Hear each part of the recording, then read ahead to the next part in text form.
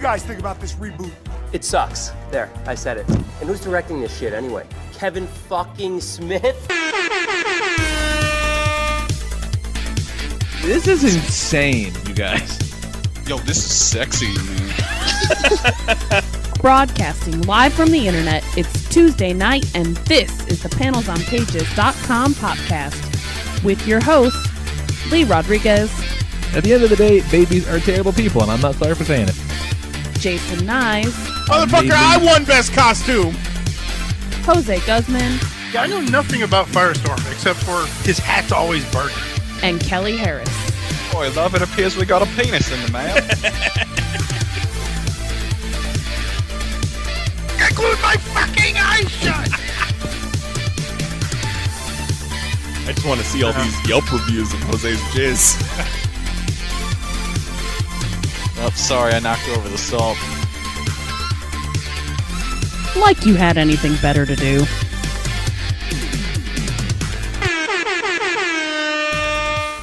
What is happening, everybody? Today's Tuesday, September 17th, 2019, and this is episode number 484 of the Panels on Pages podcast. I'm your host, the Lord Reverend Lee Rodriguez, and joining me tonight, we got Mr. Jason Knize. Head slap dick.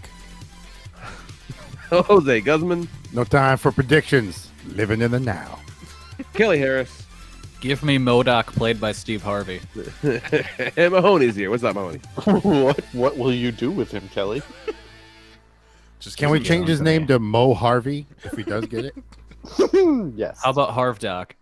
Ooh, that sounds like a sex move. Steve Mo Doc. Harvdock. Or Hardock is like one step removed from a Motu villain.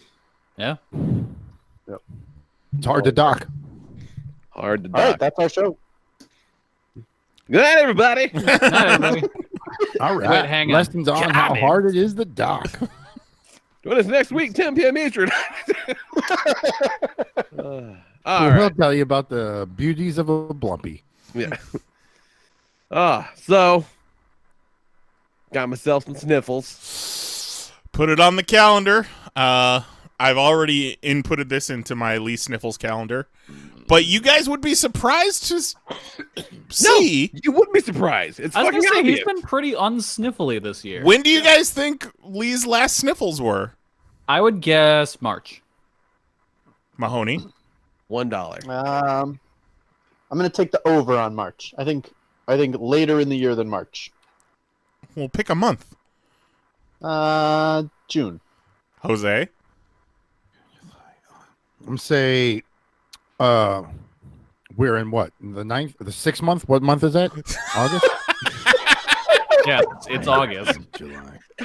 It's No, September. I'm gonna go June. We'll go June. The last time Lee 3 had months ago. the sniffles, it was actually a 2-week-long sniffles. It was January 29th to February 5th. Damn. No way. Yeah? Bitch with sniffles.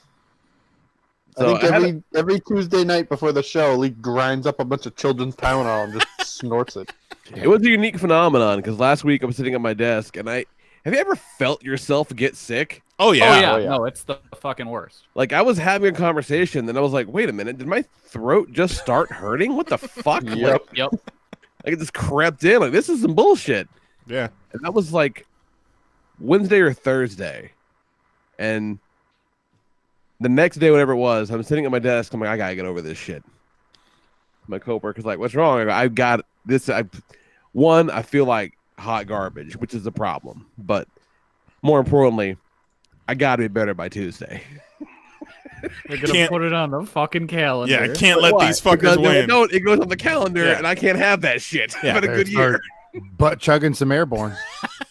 How many Tuesday afternoons did Lee have the sniffles and he just shot himself full of B12 about an hour before the show? Fought through it. Yeah. I just choked Can't let 3 these monsters. assholes win. I'm not sick, damn it. Yeah, it's fucking fun. It's just shitty cold. This is nonsense. I'm at that phase now where it's just cough when I laugh. So it's gonna be a fun time. It's gonna be great. Nice.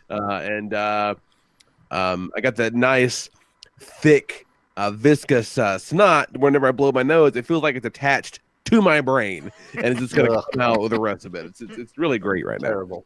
Terrible. This is the kids went back to school illness. I think you're right. Yeah. They brought you who knows what sort of toxic waste got you sick. Yeah. There's also, fresh off of a trip and an airport and a plane, and so it's the perfect storm. I think I'm in a compromised immune system, but on the other side of it, I really thought I'd be gone today, but wasn't meant to be. What are you gonna Like do? all those last sniffles between January and today.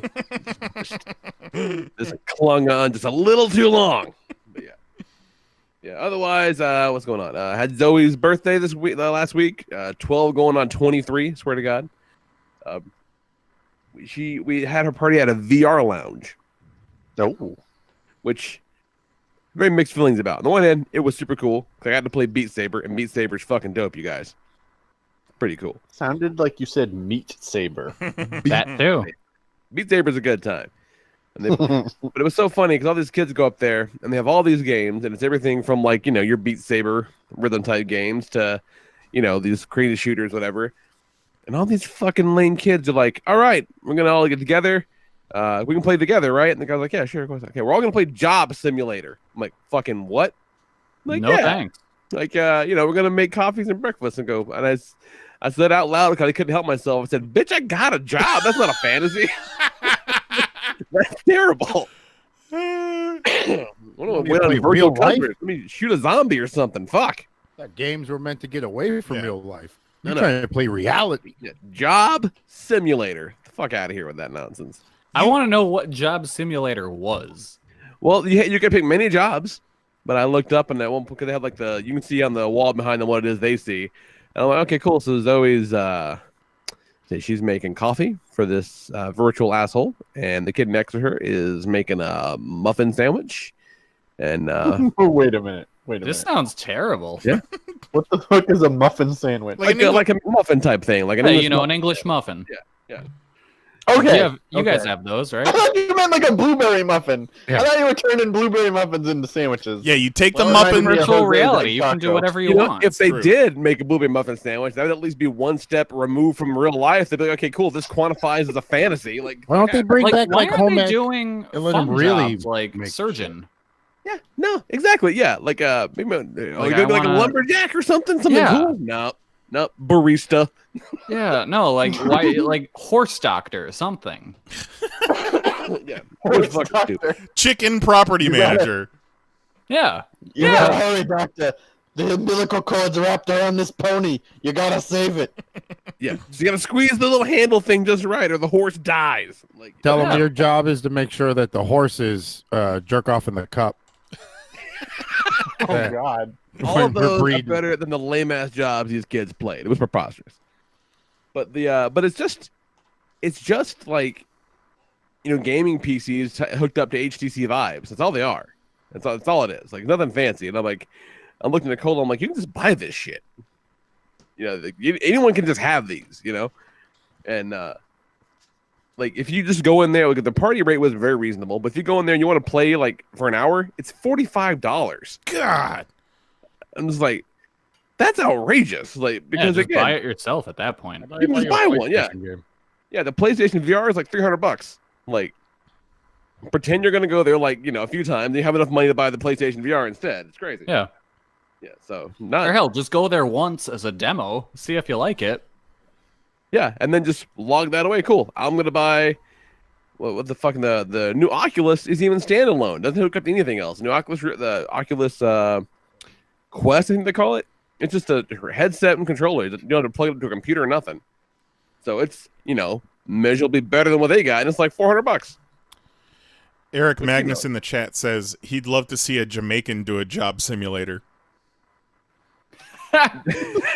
All the windows open at once. It would turn into like one of those Asian kids doing Dance Dance Revolution, just Just hopping back and forth to every one of the stations. 1,000 points, 1,000,000 points. Fucking crazy. But kid fucking racked up at her party. She got a shitload of cash. She's gonna go tomorrow. I'm taking her to buy her very own PS4 for her room. Oh. God damn. If I was playing, playing work simulator, I'd ask when's vacation. no shit, right? I know a buddy of ours runs a pawn shop. He's like, I can get you one for like $100. I'm like, cool. We'll do that. Yeah. So she's gonna get one that fell off the back of a truck. Well, shit, get two.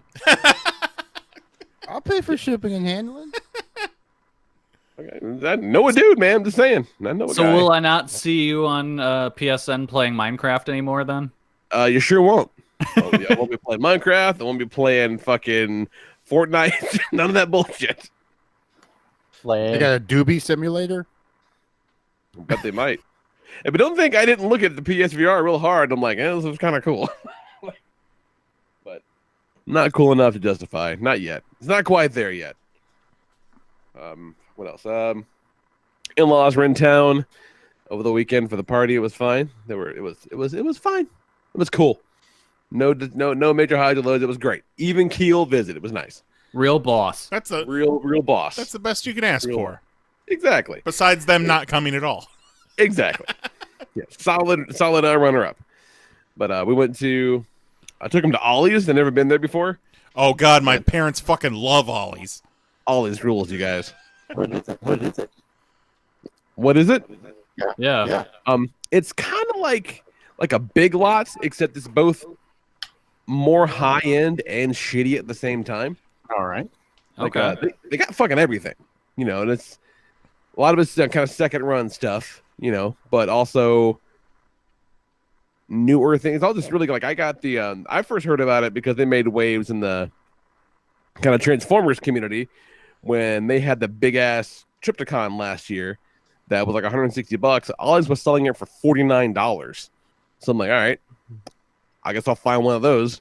And turns out that place is rad. Bought a couple of sweet board games that about that cool Cryptozoic Ghostbusters game with all the IDW artwork on it and shit like that. Nice. Which looked super fun. And I busted out when I get back to the house and Nicole goes, why do you keep buying games? No one wants to fucking play with you. Oh, I'm like, damn, girl. Ouch. that's So, savage. Not gonna pencil you in with the Ghostbusters. I was like, fuck no. She loves me so much, you guys. She's like, goat abandoned you. You need a new one. Joke's on her because I'm gonna buy the Power Ranger expansion and Goat and I are gonna play it next week when she's out of town. So there. Ah. Ah. I thought you were going to Did joke on you her. see the new holding a goat in the basement. you saw the new Kickstarter went up, right? Yeah, a little underwhelming. Like it's like there's no new bad guys. It's all just Yeah, new... except for the giant Goldar. Yeah, that's just fine, but like Yeah. I don't know. No, I thought that was kind of lame. And also, I wanted to buy the White Light expansion that I didn't get last time. I wanted to get that, but apparently because they've been saying all along, okay, all the shit from the first one you can get if you missed out on it. I'm like, cool, great. Well, they meant you can do it, meaning you have to buy all the shit from the first one. It's like, oh, I don't need all of that again. I have most of that. I just want this one thing. I'm like, no, give me $130. I'm like, I don't want to. So I guess this is not meant to be. So what are you gonna do? Yeah. It's fine. And then other than that, watched a whole bunch of Preacher, and Well, what season are they on that? I got to catch up. I watched 1 and 2. this is the 4th and final season. Whoa. Final. Yeah. I really thought you were going to say spoilers when he said it was the 4th season. Are you serious? Yeah. Motherfucker, But, we have talked about this. We have We've talked about it several times. No, I wasn't on that one. Well, maybe. Maybe not. No. But it's only 4 seasons, but they've kind of hit all the highlights. And it's funny, all the stuff that hasn't happened yet. Man, they're hitting it hard. Like the last couple episodes, like I think within the span of 3 episodes, Star lost his dick and his leg. Oh, Yeah. just checking things off the list, huh? Yeah, we gotta do it. Like, that was just like in one episode. I think it might have been one episode. It Yeah, was like in one fluid motion. That's how it should happen. If you're gonna lose your dick and your leg, it should just be one cut. Yeah. and like I guess they were writing the last episode, and like, oh shit, Jesse still got his eye. We better fix that. You yank that motherfucker out. Show's almost over. Yeah, you gotta have eye patch, Jesse. Yeah. So I like it. Like it's not a carbon copy of the comics, but I like that. If I want that, I'll just read the fucking comics. So I like that they're doing some different stuff. God's such an asshole in that show. Good they're not milking it though. Also, like going beyond. Yeah, it's not overstaying its welcome. Yeah. And if they can do a similar thing with Dexter. the boys, Walking Dead. Yeah, I was gonna say Walking God, Walking Dead. You guys sound like you're getting the sniffles too. Them Walking Dead sniffles. Yeah, and then I said on Twitter, that I realized that I'd fucked up and missed like 7 episodes of DuckTales, but that just means I had 7 episodes of DuckTales to watch. So It's true. still a few behind on that, but man, what a delightful. Where'd you program. last leave off? Because we watch it on our on demand on cable, and we have a hard time keeping track of what episodes we've watched and what episodes we haven't. What's the latest episode and all that? Well, the last one that I'd seen was the Darkwing one, and so I watched the one where Donald's on the moon, and then the one after that, which is the kid, the Goofus Duck's birthday party, whatever the fuck. Yeah. That was so great with Flint Hart, with Glomgold as like his ventriloquist puppet son. Yep. Glomgold might be my low-key favorite character on that show. He's the fucking best. He's pretty great. He's pretty great. So, pretty sure know what I'm going to do when the show's over tonight. Woo! So what's going on, Knize? What's happening?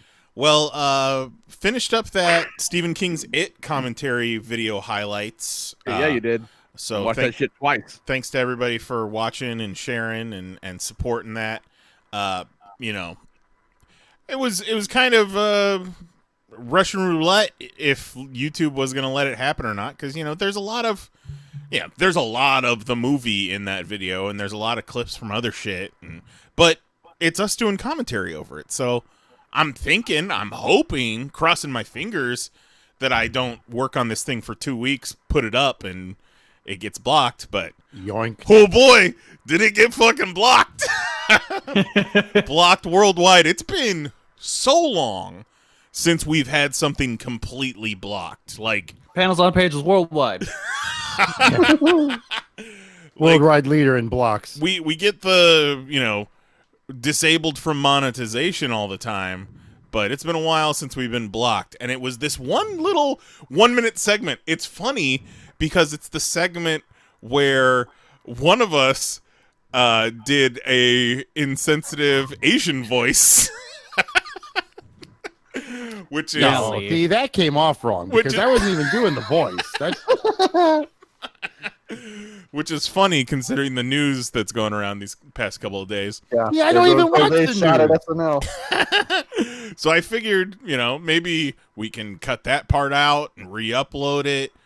Maybe try Vimeo or some shit, or put it up on Facebook. Dispute the copyright claim, see what happens. But then we put it up without that segment in there, and then they just picked another segment from the movie. And it's like, okay, well, if you're gonna fucking bitch us out on that, then fine, whatever. So threw it up on Facebook. Facebook had no problem with it. Disputed it on YouTube, and it was within like 4 or 5 hours. They're like, all right, it's live, but you got limited monetization. And it's like, whatever, man. Just as long as it's up there. Yeah, so we that's had cool. no monetization before, so who gives a shit? Yeah. There's all kinds of shit on there. It's just full of all kinds of shit with movie clips on it. It's fucking ridiculous. Right. Yeah, why you keep bugging us, YouTube? It's so funny though, because I intended this to be kind of a short little project, but then I had this brilliant idea to insert the extra clips and make it seem like somebody taped over it on a VHS, So which fun. I thought was a cool effect. But that added an extra 20, 30 minutes for every clip. But it was worth it in the end, I thought. Yeah, So, yeah. It was really great. It's really fun. And Yeah, no, it's awesome. Well, Kelly, you're the star. Oh, Oh, thank you. there is some bad echo going on. bad echo. What is happening? What? Hello. Hello? There we go. Mahoney muted himself. Is it better? That's better. Was it me? Yeah, it was. It was you. But you muted yourself. I was like, I don't have any echo. That can only mean one thing. You muted yourself wasn't and me. it fixed it. So, who Ain't Walk got in no the echo. room and you It gotta wasn't wonder me. who's echoing. It's probably you. who the fuck knows? Mary and I have been watching episodes of The Incredible Dr. Pol on Hulu. I've talked about Okay, this before all on right. the show. We have talked about it before. I forgot what it is. Okay, it's this. He's Is it a horse doctor? Well, you he- see, he- David Banner comes into town every night. he's And a he saved veterinarian. that pony who's choking to death. He's a veterinarian in rural Michigan, so he's an all animal doctor: horses, cows, goats, camels, dogs, cats, birds, Yeah, lizards. you had me at vet. Yeah.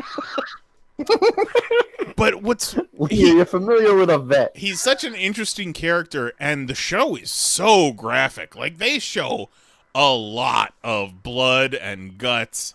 But one of the most compelling parts of the entire show, like I said, this is rural Michigan, and not a single person that comes in with their animal to that vet's office is fuckable whatsoever. So our new drinking game is drink every time someone on Incredible Dr. Pol, a client, is hot, and you will be sober forever. I have to... We made this drinking game up even before we saw this guy. I'm going to have to show him to you. And it's a screen cap of this one client. His face looks exactly like his voice sounds, and I'm assuming his face also looks like the way he smells as well. So God. check this fucking guy out. He might be the ugliest dude to ever have been on the Incredible Dr. Pol. Oh. That's an interesting face. Oh no. Yeah, Mary said that guy made her permanently sober. There is so much graphic, visceral, like... All right, so his face is so small, but his head It's like his is so cheeks are big. folding in on each other. Yeah. His head And is his not teeth small.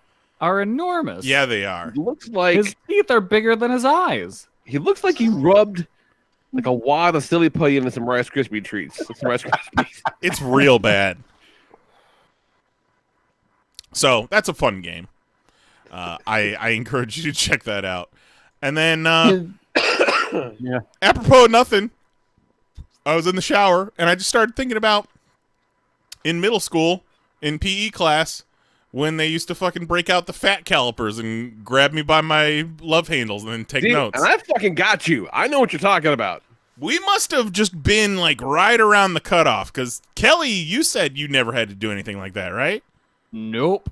Mahoney, Yeah, but I'm right in between the two of you, and I don't have any idea what you're talking but about. it could also be I think that's a regional. regional. Yeah. Because Okay, maybe. they didn't tickle nobody with no tweezers down here.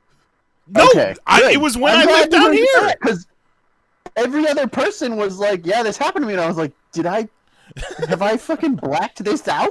No, Like, did this happen to me and it traumatized me?" I remember it from Florida public schools. It was, around the same time every year, they would do all these different metrics to see, where you stand with the rest of the world, and you'd have to do pull-ups, you'd have to do the reach box thing, and they'd I remember doing all that. But I break don't out the remember fat them. calipers. Well, maybe the fat calipers weren't as big of a deal for you because Yeah, it might have happened to you. You just might not remember Right. it because it wasn't scarring. They Yeah. just broke out the mustache meter. bring Oh. out the tape measure. Mustache It's game like- strong with this one. And then they're like, I don't Jose, drop understand. your pants. Your gym class wasn't just getting blowjobs from the gym teacher? What are you talking about? What's going on? Now, but see, if you're a fat kid, I don't know if you have to do it differently to fat kids or what, but they would get your fat in there and then they would fucking squeeze. It was almost like it was like punishment. It was like some medieval Catholic school corporal punishment shit. Like, you like eating snacks when you get home? How about this? Yeah, Yeah, they get you on the hips, the fucking love handles. Yeah. Yeah. Hips don't lie. Yeah, I was just kind of thinking about how fucking super chill that was, and like if like how fat I was in 6th grade exists out there somewhere in some sort of database. I hope my school got extra money for it. I don't know, but They might have gotten less funding. Have you seen what they're doing over there? They're like, here's an extra $50. You need more snacks for this guy. so yeah. Here, take this, buy a jump rope and a thing of broccoli. Aw. What a world. That shit wouldn't fly in this day and age, not in this climate. No way. Yeah. I can't imagine some gym teacher clamping calipers down on somebody in 2019. Yeah, No. shit happened. It'd be on TikTok in 3 seconds.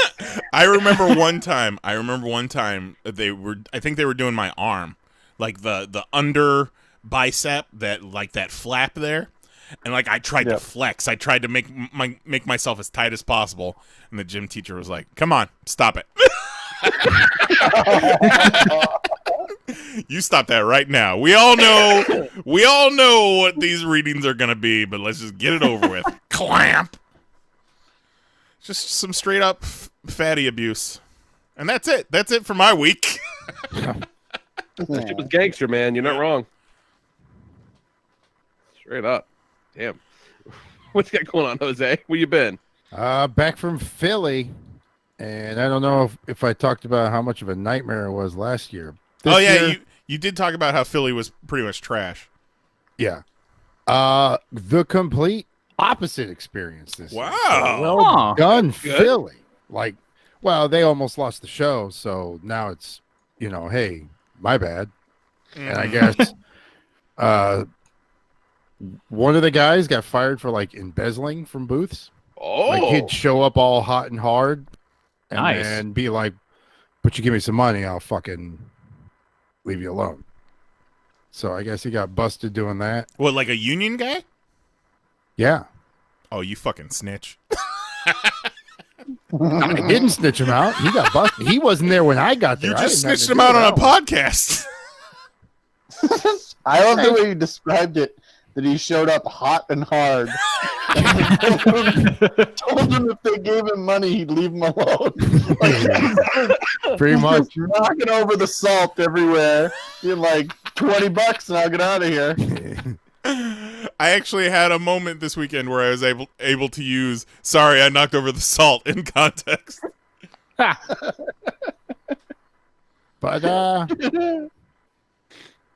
not bad. You felt the brotherly love this time. I still got the fuck out of there as soon as I could. Sure. But yes, they did. By the end of that, us and the union dudes were broskies. So It's that was good. kind of cool. A different vibe. One of the smoothest shows this year, surprisingly. If you would have told me that fucking last year, I would have slapped you. But fucking AIDS, I guess, is big over there. Yeah, haven't you seen the movie? Like there's signs all over the place. Like, fuck yeah, AIDS, let's do this. Yeah, that's why they say AIDS, perfected in Philadelphia. It did. It did. It's just weird. I enjoy going to different cities and seeing like the difference of what they advertise. Because other cities, you don't see that shit. You don't see. Philly's top 3 cultural exports. Number 3, the Eagles. Number 2, cheesesteak. Number 1, AIDS. Was it Bill Burr's got a thing on Philly? He says Philly is asshole San Francisco. Which you would think that San Francisco would be asshole San Francisco. Well, get it? Hey. It's a butt sex. But home till Saturday, and then hitting Seattle. That's gonna be fun. Wink, wink. He gets Oh, it. Jose, don't you get up in that devil's lettuce. He gets it. Jose, we all get it. You're going to that place where they throw the fish at you. We follow you. Thinking about it. Gonna And then go I'm back- throw some fish and smoke some jazz cigarettes. It was fun going to a pizza place. They had a pizza called DJ Jazzy Jeff. All Quiet right. down though at night when the Eagles lose. I will say that. Either way, Philly, you all right? I mean, minus the AIDS, but you all right. Minus the AIDS. Minus the AIDS, and maybe stop throwing batteries at people at professional sports stadiums. Was Yeah. that the Eagles? I thought that was the Steelers. I think it's probably anybody from Pennsylvania. True. Just the PA vibe. Yeah. I started to Google it, and I'm typing batteries thrown at, and Google autocomplete was like, Santa? Jesus. No, you're right. It was the Eagles. Santa, no. Philadelphia throwing batteries at Santa. Oh, it's the Eagles story. Holy There you shit. go. Eagles fans boo, throw snowballs at Santa. Okay, they weren't throwing batteries at Santa. I bet at least one of them threw a battery.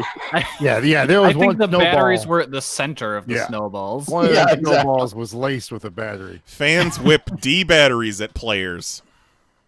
That's D batteries, horrible. Not even like fucked up. C's, like a 9-volt. Oh yeah, no, it's heavy duty battery. When's the Yes, last all time of- you held a D battery? They're fucking enormous. All or nothing, Yeah. huh?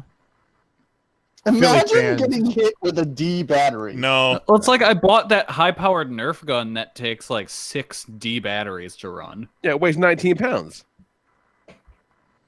Eagles fans won't stop punching horses. Lee's like, "You all right." What the fuck? I knew I liked those guys. Real salty people up there. Fucking ridiculous.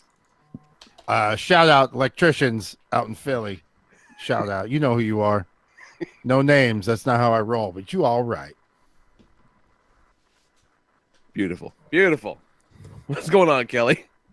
A lot of fucking nothing. It was a nice, relaxing week. Let's see. There's a WWE show on Sunday. That sucked. How was that for you? Not good. Was there a time where you were like super into WWE? You could just go back to 2013. Really? Yeah. What that was CM Punk? That was like No. CM Punk. Shield was around. They're right around Daniel Bryan's title win. Like, they were having a great run then. Oh wow. Like, that was a really, really good year for him. Yeah, that was like It right was when like- Nicole started watching wrestling. She was like, okay, this is kind of cool. It didn't last long. She's like, wait, this shit's stupid now. Yeah. I'm like, yeah. I love that. It can get stupid in between segments. That too. It was like 2 weeks ago, Kelly, that I implied that you watched shows that you didn't enjoy, and you took offense and said that you did not do that. Well, And I here didn't. you are watching this wrestling show that you don't enjoy. I only do that once a month. Oh, okay. And it's for All his the other art, things Mahoney. I watch, I like for the most part. for the most part. Except for when they're disappointing. I do always enjoy reading your Voices of Wrestling reviews, even if I didn't watch the you. show. No disrespect, but I don't read the other guys' reviews. I just skipped all the Kelly parts. And I really appreciate that Kelly not only put in a link for the It commentary highlights, but also referenced the old Statler and Waldorf Popcast outro. What a I don't even bitch. remember what match that was for. All I know is like there's part of me where I was like, it was all right, and then I was like, no, it sucked. Oh, that was the Randy Orton Kofi match, wasn't it? Yeah, Probably. man, that was sleep-inducing. Kofi's still the champ. For now, until Brock takes it from him. Yeah, Brock showed up tonight and challenged him. Oh, that's terrible. Well, good run, Kofi. Plus, it challenged him for the first night of SmackDown on Fox. So Oh yeah, no, you losing. Oh, Yeah. really? yeah. I Yeah, forgot he they're ain't, doing he ain't that. keeping that. Still doing that, huh? What, going to Fox? Yeah. Oh yeah. All right. Just wait until Fox cancels him. Gonna be rad. That'll be cool. You guys see those new pile of shit NXT shirts they showed off today? Yeah, those are pretty bad. Those are horrible. Well, to be fair, their merch hasn't been good for a while. But like this is next level bad. Like some of them are straight up just made in word art. Speaking of which, we need to design some shirts, you guys. We really Yeah. should design some shirts. Like All right, I'm I going to feel put this like out they there could right just- now. The shirt, it's in the ESPN font, but it just says da-na-na, da-na-na. Better have an asterisk on it. Right, or go ahead and put an asterisk next to this season. yeah. Hold Go on. ahead and I put a feel like- fucking asterisk by this season. Sure. I feel like WWE could just hire Mahoney as their t-shirt designer and they'd probably make a lot more money. Just use I his would fucking love that. just use his I would Grizzly want to memes. know. I would want to know absolutely nothing about anything, and just Yeah. be given free reign to make whatever shirts I wanted. They just give you they just give you the wrestlers' names. Like that's all you need to I know. don't want that. I don't want that. I want nothing. I have never watched one single second of Grizzly Knows Best, and I feel like I'm doing just fine.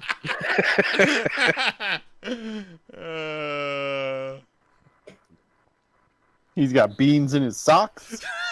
What's his Yeah. face? What's his face is cragging it all up over there. You're doing a good job. Confusing. Bobby Mahoney, Yaga is sneaking around in the background. Mahoney has been coming with some real avant-garde shit on the Todd Chrisley memes page. And you know what? The boomers are into it. They weren't originally. I think we've They're kind getting of there. won them over. Boomers are like They're this. starting to get. I'm learning what they need. They need a clear picture of him because they react to the picture and then they read the words and they're like, "Wait a minute, what?" What did I just agree to? Oh, Todd, I don't know about this. Not a single person commented double peaches that their mama should eat, though. So that's fucked. Jesus Christ. And then other than that, I finished Astral Chain this morning. All right, that's the one you were like, I guess I'll have it play itself for me now. Yeah, and here's the thing. As you get farther in the game, the computers are too stupid to play the game for you. Okay. So you need to start you need to jump in and play stuff and tell them, hey, don't jump off this ledge. Seems self-explanatory, but okay. Yeah, because like like in some boss battles, the computers just flat out died, and I was like, okay, cool. Let me see if I can handle this one. And so essentially, I was just assisting them along and being like, hey, stop being stupid, do this. And then so I beat it this morning, and the ending fucking sucked. It turns out there is some kind of post game, so I'm not sure if the actual ending is in there. I'll need to do some research to see if it's worth playing it. No, it's just Chris Hardwick. Ah, shit, you're right. Probably. But that's okay. What? It's Chris Hardwick talking about the game. Yeah, Why would it be Chris Hardwick? because he hosts post shows. Yeah, he lately. does all those post shows. Oh, I haven't watched regular TV in so long. I forgot about that. Lee, Talking Dead. I'm back. I'm back. Talking preacher. Yeah. That's a thing? Yes. Gross. Yeah. I think at least one episode they did. Yeah. Lame. Talking And Bad then, when yeah. they did like the finale of Breaking Bad. Yep. Remember Talking Low Winter Sun? That wasn't a thing. Talking into the so- Badlands. There you go. Talking into the Badlands. So yeah, but really, I just want to clear this game before Friday comes, and we get hit with Link's Awakening, the remake of that, which looks awesome, Yeah. and my most anticipated game of the entire year, Mahoney. That goose. This is a game that you'll need to buy. Okay. It's called Untitled Goose Game. There it is. Okay. You just play as a Google that goose and shit right now. you're just a dick to people. Kelly, I feel like you're speaking my language. Yeah, no, it's look up the trailer for it. You just go around like squawking at people and scaring them. And my favorite part of the trailers is when you watch someone hang up their laundry and then you sneak up and grab the laundry off the line and throw it in a puddle. Oh, that's aggressive. I'm so excited to play this game, you guys. I'm into it. Friday can't come soon enough. What a bunch of dicks. Oh, shit, yeah. All right. I would Yeah, I would that's all also got. like I would also like a Switch game in which you grab two geese by the necks and swing them around like nunchucks. That might be the sequel. Yeah. I want Untitled Goose Game 2 to be I'm a farmer holding two geese by their necks and using it to fight zombies. They need to install this Untitled Geese game at the VR lounge. Oh, God. You kids want to do a job simulator? How about your job is you're a goose? Yeah. Now get the geese in.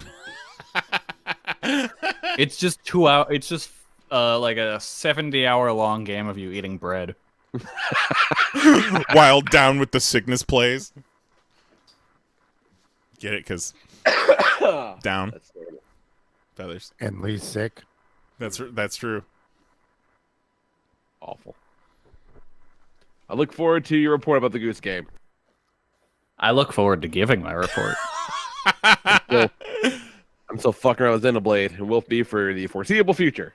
So I almost bought some other game the other day, and I'm like, no, definitely not, because you still have God knows how long in this one. There's no point. Boy, that's the self-control I don't have. You know, and I'm not really known for my self-control, so, you know, it's kind of nice. It's in Well, there somewhere. Lee, you at least know that you have to keep your self-control in check. You always need to be touching base with it, seeing how it's doing. Kelly's just like, fuck it. Yeah. Well, it's like I just pre-order this shit, and then like, oh, it's coming out today. All right, cool. And then that's how this Friday I get hit with 4 amiibos and 2 games. I remember then- when you bought your first amiibo. Yeah. And then We all next saw it Tuesday, coming. exactly. And then next Tuesday there's another game, and then next Friday there's like another 100-hour plus RPG. Yeah, I can only have so many of those at once. I got. Yeah. And then there's I still need to finish River City Girls, and I still need to finish playing fucking Fire Emblem 3 more times. And I have 2 characters that I haven't even touched in Smash Brothers. And I've got all these fucking Yakuza games to play. And today I saw the box for the Spider-Man keep buying PS4 this game, shit. and I've got, I like- felt bad. A stack of Switch games I bought months ago and have never touched. This right here is a life of a man with no children. Yeah, It sounds great. it's pretty rad. Don't have kids. You can just play all the video games you want. That's what I told Nicole. Even without the kids, won't those games eventually cost less money than they do when they launch?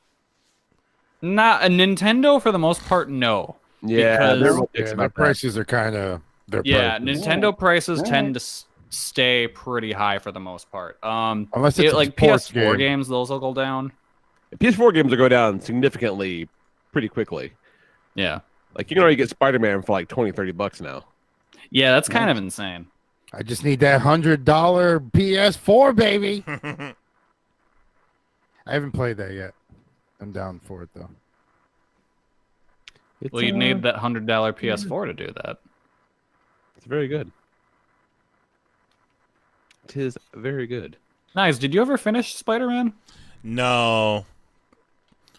That's what I was saying. I saw the box sitting there today, and I felt guilty because it's been a while. I've never even I got past Kingpin, and that's about it. You mean the first like 10 minutes of the game? Yeah. We got it installed and downloaded. That took 4 days. Well, Yeah. and yeah, now every time I turn on the PS4, it wants to do an update, and it's like we ain't got no room. Delete some of that shit. No room. Yeah, like I'm gonna not have room for a long time because the PS4 I got just has a terabyte hard drive. Nice. Oh, look at Kelly flexing his PS4 dick on us. That was just the one I bought. It just had that, and I was like, all right, cool, why not? Sure, Kelly. Sure. This I happened to bought be the their, good like- one.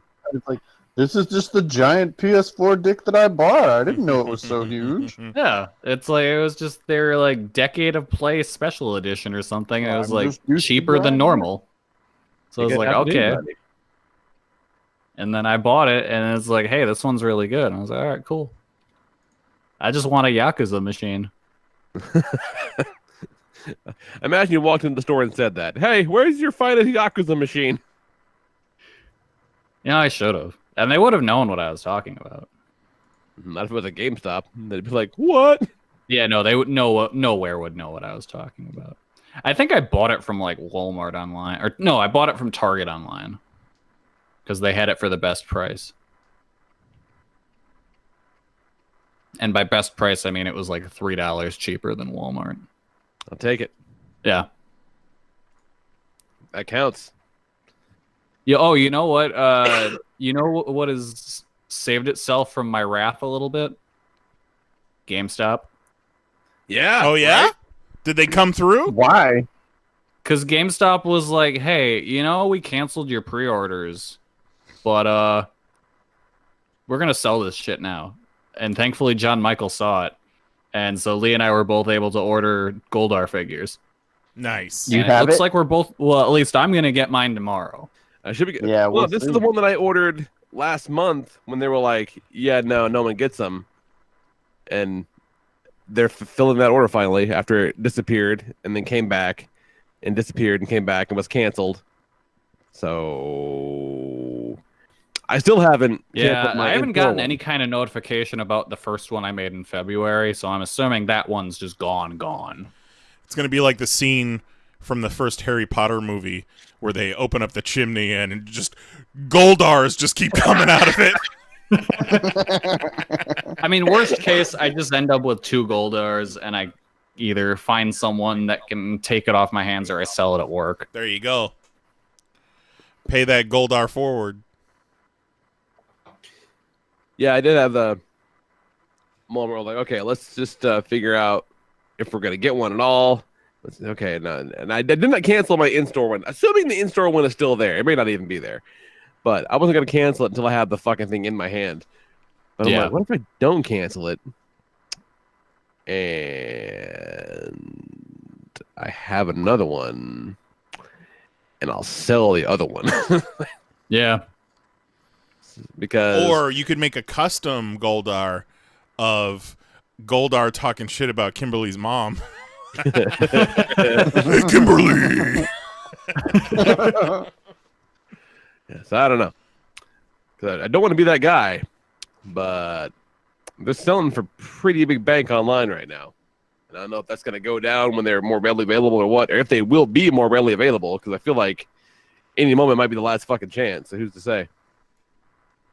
I don't know. Will my inner entrepreneur take over? Hard to say. I don't know this motherfucker's anything, Knize.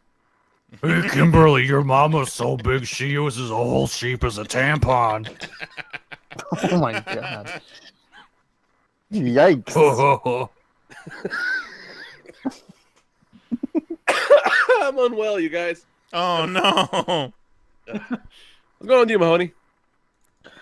Okay, last night I... No. No, wait. He has actual things to talk about. Before I do that, last night I went and saw Hustlers to see Betty from Riverdale. Ooh, how was Ooh. Betty in there?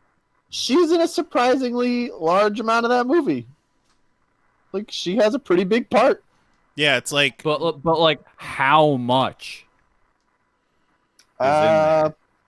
Oh, well, she's... So, here's the deal with Hustlers.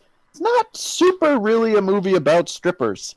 Like, there are strippers in it, and there are enough stripper scenes to like cut the trailers together and be like, check it out, guys, it's a stripper movie. And then there's random chicks in the background who are just walking around topless. But it's really more like, it feels more like a mob movie than it does like a stripper movie. Like a Wolf of Wall Street. Yeah, something like that. I'm into that. So none of the main actresses, get naked. It's just randos in the background. Right. Jennifer Lopez does some dancing in a thong, but other than that, you don't see much. I found a YouTube video of her practicing her pole dancing that was 15 minutes long. I was like, sure, I'll watch that. She does some pole dancing for sure.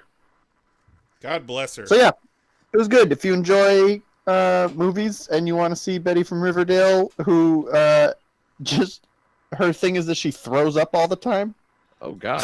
Like on stage? Good. No. Just like in life. Been there. Yeah, you'll see. So I was there, and there was one other person, I believe, in the theater. I was in the Dolby Theater, so I got the Monday night movie, which is already usually pretty light.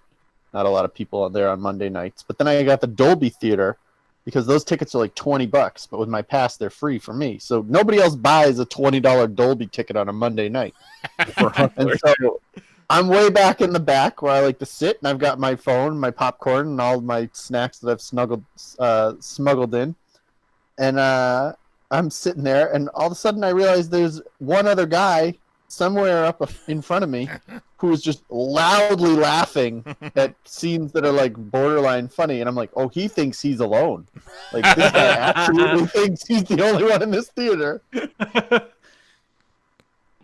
I was like, hope he doesn't jerk off, because we're at Hustlers.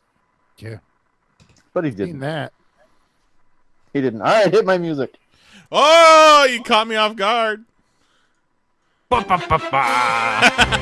Okay. Lee, I'm gonna start with you this week. Hang on, let me fire up my switch. Hang on, I came prepared this week. Okay. Lee, you were losing to Knize for a very long time. Yeah. I ended leading Lee's team by like 20 points. Yeah. Oh, I saw it. I saw it happen. I was You eating know dinner. Odell Beckham Jr., Lee? Do I? Yeah. Well, you should. He was the only player you had left. You were losing to Knize by 20-something points. He's the He best was kicker all in the you league. had. Yeah, he is the best kicker in the league, and he kicked you 25 points.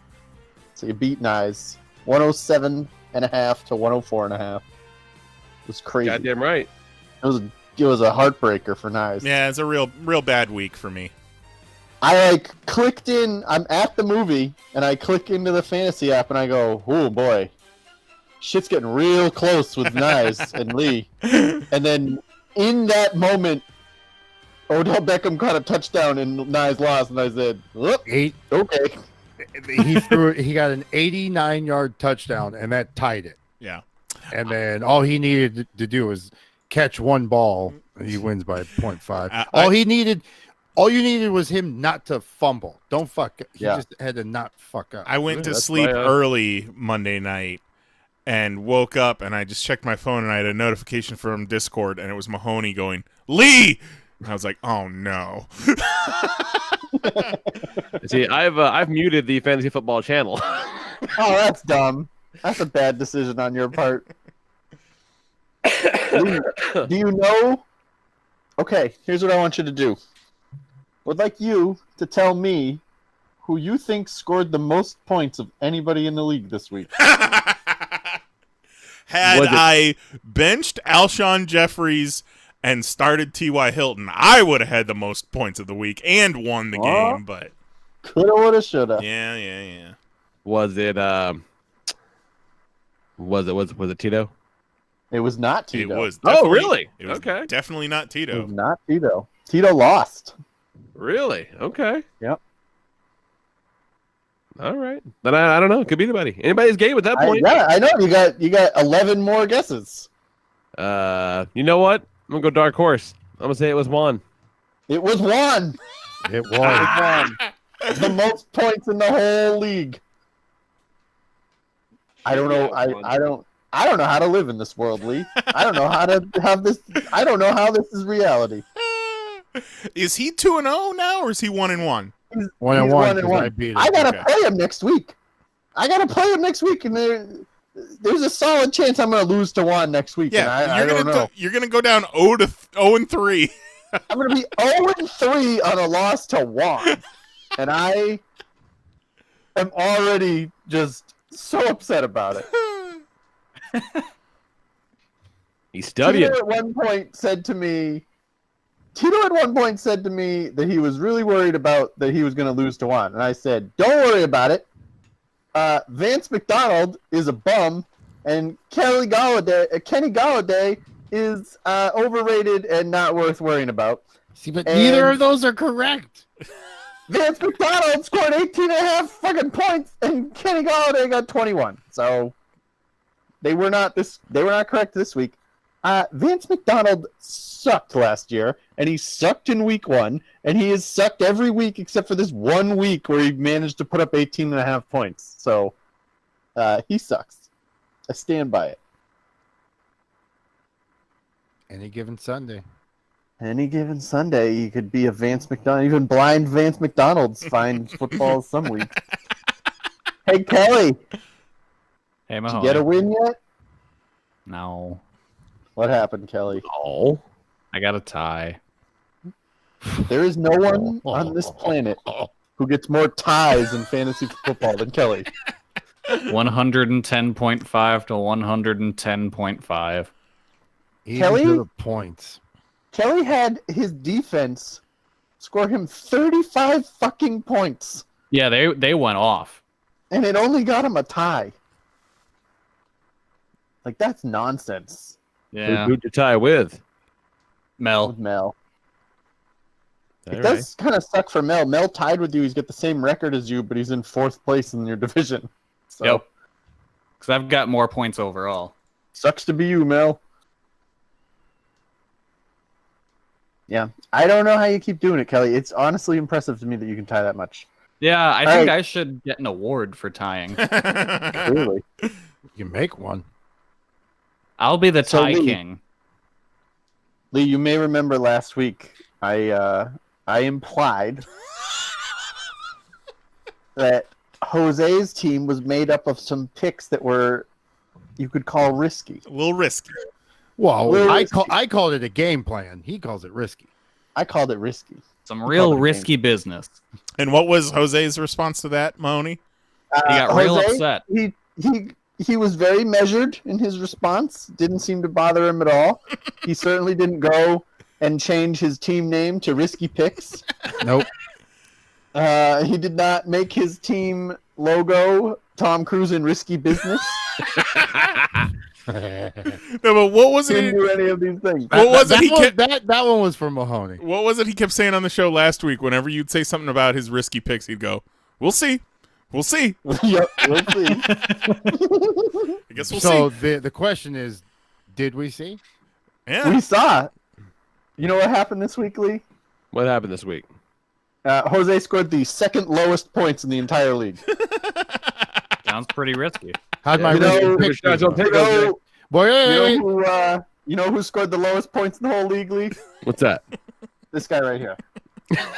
the funny thing about scores is I only need to score more than the guy I'm playing It's against. true. That is true. You know what some might call it? Putting up 89 points, though. Risky. Bit of a risky strategy. Hey, but how'd my quarterback do? He did it pretty well. All right, Pretty well. just saying. Yeah. So yeah, Lee. Let's see who else. Mary crushed Matt 115 to 99. Mary's killing it. Mary, I 2-0. can never tell. Like, Mary doesn't talk fantasy football with me, so for all I know, she's not even checking her lineup. No, But she she's does. crushing it. She checks it. She sets her lineup, but she also doesn't wrap herself up in it. She's like, whatever happens is gonna happen. So she just lets it go. That's 2-0, first place. Well, in her division, I'm Is she 2-0. the only 2-0? No, she I'm is 2-0, first sir. place in the league right now because of points 4. Well, that's all right. Mary's 2-0. Lee's 2-0. And Yeah, goddamn right. And it's 2-0. Risky 2-0. Yeah, Jose jumped in from the final standing projections from 12 to 9. Ooh. Well, that's all right. I'm still standing strong at 5.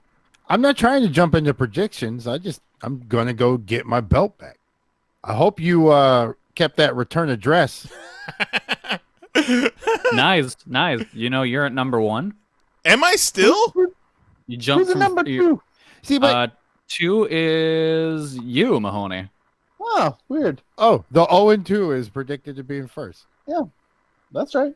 Give me time. I'm gonna go 0-3. I'm gonna lose to Juan, and then I'm never gonna lose again for the next 5 years. Well, let's talk about how Vetter jumped from 10 to 3. Ooh, Vetter went nuts this week. Vetter. That's a big ass jump. Well, yeah, but it's so beat the early. shit out You of only Tad got 2 with weeks of 122 points.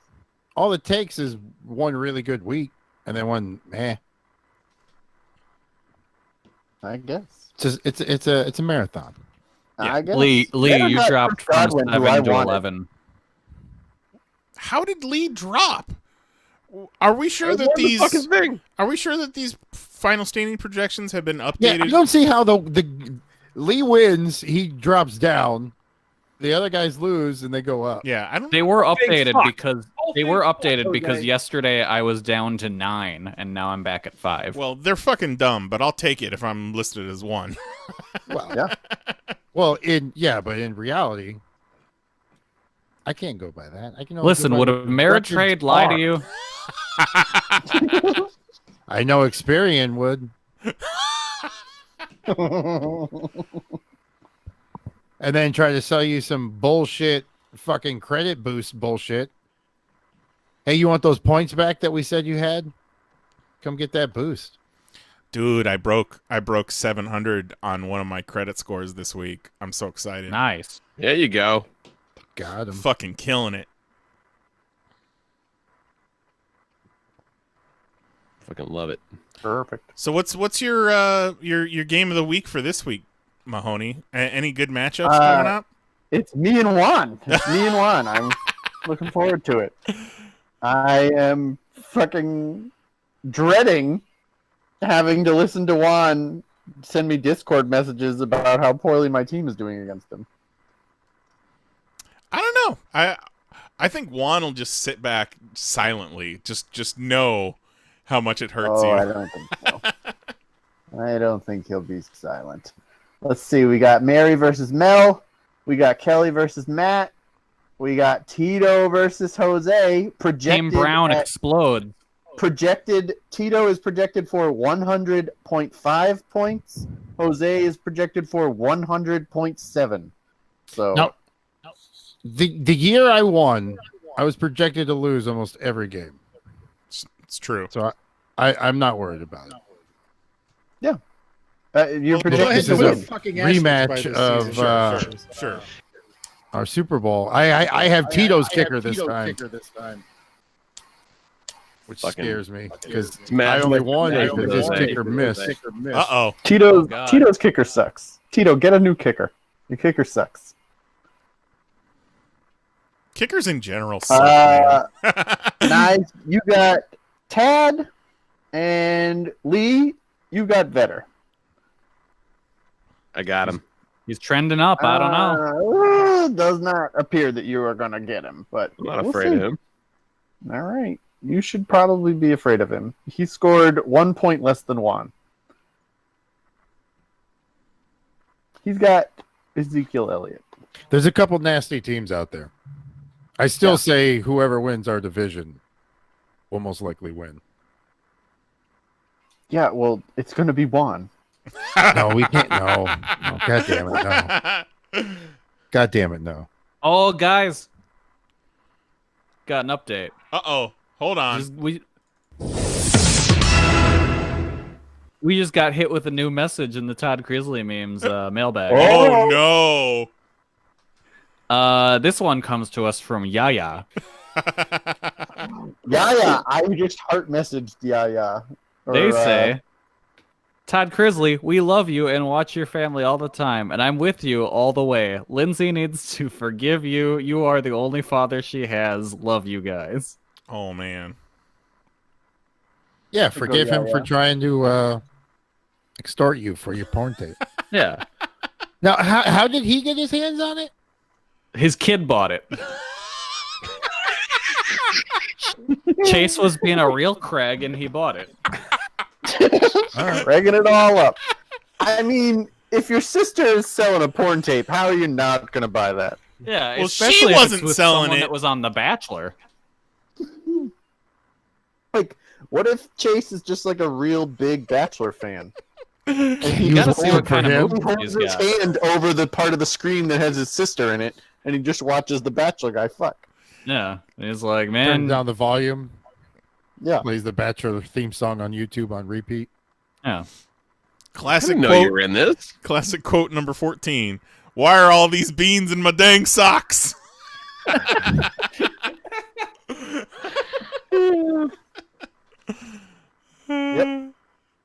I also like the Chris Evans, what an impressive person tweet, Doctor. And the likes that one. so honored, thank you, Captain Marvel. So many layers to that. That one did not go over well Yeah, with the boomers. It did not hit, but I appreciate it. They surprisingly liked the Baba Yaga gif. They really did like the Baba Yaga gif. And they really loved the Photoshop of Todd with the situation. They absolutely love the Photoshop of him with the situation. So many people. Just, what was the comment? Two handsome dudes. Two fine-looking men. Fine looking men. You know, while we're all sitting around talking about our art, Lee, why did you hate the art that I shared with you? Oh, God, which one was it? The only because this no the only cinematic universe I recognize Yeah. is the Medea cinematic universe. no, it's so terrible, so terrible. It's the true, real MCU. I hate it so much. That was some. I can't believe Mahoney didn't Instagram me this shit. Like it was that Nope. bad. Made that myself. It wasn't on Instagram, or I absolutely would have. made it with his own Hang two on, little Mahoney. hands. I'll go put it on Instagram so you can send it to Lee. Yes. Don't send it do. again. I don't I want to will. send it again. God damn it. I will. Hang on, I'm gonna upload it right now. I forgot that the fucking situation thing says, "Welcome home to my friend Mike the Situation, who I once taught how to play Jenga." Yeah, that's my Play favorite Jenga. part. That's my favorite part of that. Not All right, sure. Mahoney, I just posted it. You can send it to Lee now. All right. Hey Lee, you got your phone handy? God damn it. That situation meme. It's like maybe Photoshop. possibly Photoshop. I don't know. Awful. I wanted it to look just enough like Photoshop. Let's see. Artist. All right. There you go, Lee. I can't begin to express to you the There it is. process by which I take this GIF of Todd Crisley yelling into his phone, and I just kind of stare at it and blur my eyes until I'm like, I know what he's saying. The Baba Yaga is sneaky. Baba Yaga is sneaky. Baba Yaga is snaky. Our mama should eat. Ho keeps putting all these beans in my socks. The devil is a liar. So yeah, go follow Todd Crisley memes if you haven't already. Tax evasion. They did not enjoy my Kelly. I made it special for Kelly. My GIF of the kid saying, "Here come that boy," and Todd saying, "Oh shit, what up?" That was good. I like that one. You would have thought that they would have latched onto that because that's an old meme. So you'd think the Yeah, they boomers should would know know what about that that. was. They Yeah. should get that one. I have regret. I wish the "what up" appeared after. I wish it said, "Here come that boy." Oh shit. Pause. What What up? up? Okay, yeah, I can see that. Yeah. Yeah. What It's up? bothered me since about 5 minutes after I posted it. I said, no, you fucked it up. It's ruined. Just delete it and do it again. I might.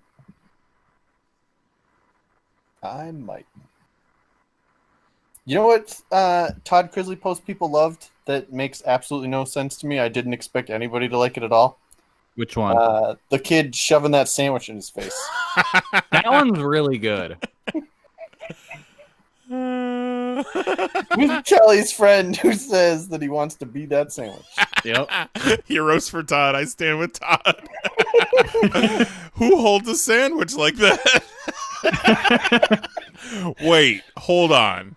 So you found the picture of Chase, you found the picture of the sub, and then you found a picture of hands and combined all three?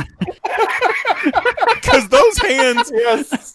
Chase, So- those aren't Chase's hands, The hands. and those hands are not holding that sub. I found the picture, and then the hands is just a sticker that I just kind of positioned, and then the sandwich was a different sticker, and then I used the little erase tool to erase out the thumb from the sandwich.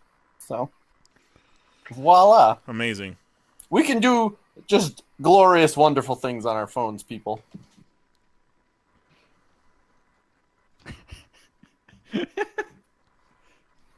And then emojis are what? Taco, sandwich, taco, hot dog.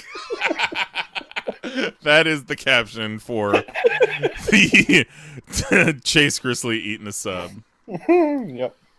You know which one didn't get a lot of? It got enough love, but every time I saw a notification about it, it just made me smile and giggle more. Was the one of him holding a lightsaber that just says "September the 5th be with you." That one's good. You really tried to get that going. He's wearing a black hoodie and a black t-shirt. Great. Just great. So, Thank you for this outlet, Kelly. Oh, you're welcome. I got a talking to from Kelly at one point because the caption implied that it was actually Todd posting the meme, and Kelly's like, "No, Knize, we can't imply that this is Todd posting these memes." I was like, I get it. But then I was going to get talking to Mahoney too. Yeah, but I saw a Mahoney meme. meme. He taught the situation how to play Jenga. I was like, yeah, this is okay. Like this is fine. All bets are off. Yeah. Yeah, I think I might have seen that one. I might have said to Mary, "Oh, Kelly's gonna talk to Mahoney about this one." You didn't present us with a style guide before we started this. No, you know? I should have. There are rules to Todd Chrisley Memes Club. Gotta be legit.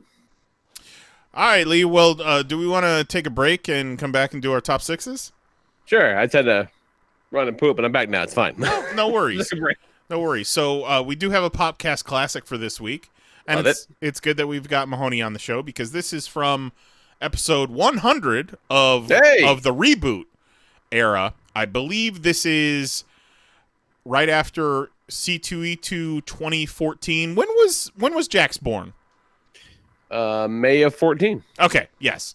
So it was the C2E2 where Nicole was pregnant with Jax. And we had all made plans to head out to Portillo's and get some cake shakes and some Portillo's, and everybody kind of loaded up into Lee and Nicole's car, and Mahoney hopped in the back. So, oh my God, that's right. So we got a little bit of that for you. We'll listen to the Popcast Classic. We'll be back in about a minute 41. Right. Yeah, we had it's only about 2 miles from the convention center. Yes. It's not like it's far, but Chicago 2 miles is like, and anywhere else 20 miles. Like it's just it's fucking crazy. And we had the car, so we drove. It was Mahoney and Nicole and I and Mary and Tito, fucking Mahoney hops in the back of this. We have a CRV, and so Mahoney where was hops Jose? He was there too. He was there too. It was us. So it was Nicole and I in the front seat, and then Tito, Mary, and Jose in the back seat, and Mahoney just hopped in the hatch in the back, you know. And now, like, we never went more than like 12 miles an hour because it's the fucking city. Like, he was probably safer back there than I was up front. Okay, like, really, you know, like realistically, but Mahoney felt the need to fucking text Mahoney's wife and narc on him for riding in the back without a seatbelt, depositing him promptly in the doghouse. It was hilarious. Now he was like, "Don't send it, don't send it." Tito thought he was joking. No, I knew this was gonna happen. But now Rob in the chat says he wanted a cake shake. Well, goddamn it, Rob! We'll get you a goddamn cake shake next year. Fuck. Not sure if Rob ever got that cake shake.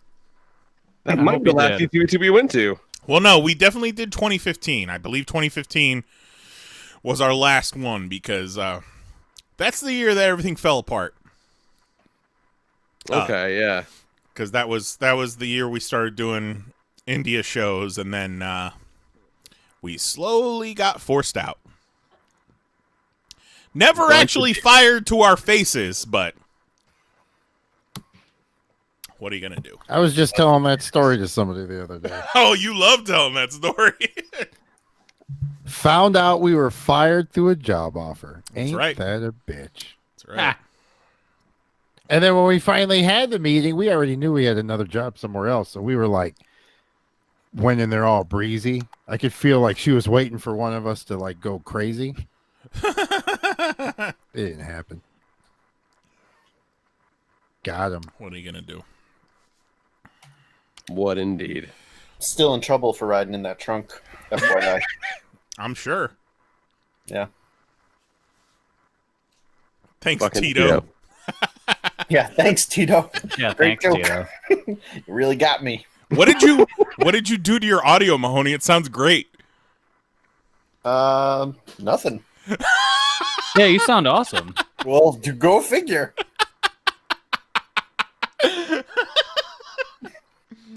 Thank you, Jesus.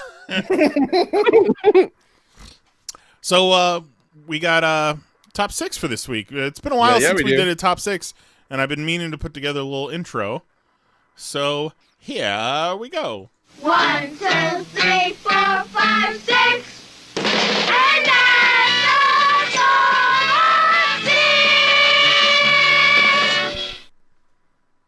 I watched a lot of Sesame Street on YouTube to find that.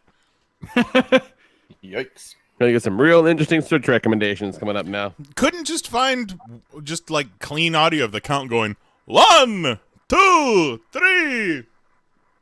So I got that one instead. So what are we doing this week? This week, we are doing, based on someone's recommendation, don't remember who. It was mine. There you go. There you go. Motherfucker, he won the costume. He won best costume. Broad scope, top 6 reboot / remakes. So, this should be a fun one. I think there's gonna be a lot of varied. No Discord. Don't change my microphone. No. I think we're all going to have the same number 1, though. You think? Well, we'll all have it in our top 3. If not, there's fucking something wrong. I don't know. I can tell you right now, Jose, that whatever you're talking about is not in my top 3. I think I know what you're talking about, and I should have put it in my list. I'm very upset that I didn't. I am pretty sure I know what he's talking about. It is not in my top 3, but it is in my top 5. But I have good reasoning for where I ranked everything. All right. I have no idea what he's talking about. So, all right. So, kick it off. So I got on my my. This is actually, it was harder to do than I thought. I'm gonna put. I'll start off with. There's not a lot of good ones. There's a lot of good ones. Carpenter's The Thing. with Kurt Russell. Sure. It's a good one. That's a good one. That one holds up today. Like, those effects are fucking great.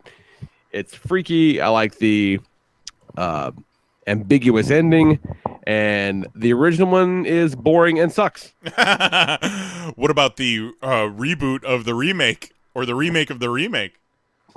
Was Kate Beckinsale in that? No. Wait, what? They did a thing. You're talking about the remake with Mary Elizabeth Winstead. Yes. No shit, I missed that one completely. That one, and it's actually not a remake. It takes place before the Carpenter movie. Okay. Oh. So that's probably qualifies more as a reboot. Sure. Prequel. Yeah, it explains where the dog comes from. Okay. Oh yeah, I think I remember that now. One of the first PS2 games I ever played was based on the thing. It was pretty dope. There's a good bit in It Chapter 2 based on the thing. Yeah, solid. So it's a good one. Next up, I put fucking DuckTales, man. 2017 DuckTales is so great. Like, maybe better than the original in a lot of ways. It's definitely, for sure. Just because like it has the history to build on. It's just so much fun fan service stuff. Like, the cast is great. It looks astounding. Like, it's a fucking perfect show. Like, every episode is wonderful for some reason or another. It's great. Joy. Yep. It's just a joyous fucking experience. My favorite part of the new DuckTales intro is when that like scorpion character comes out and like clasps its claws. I always mimic it clasping its claws. That's our thing.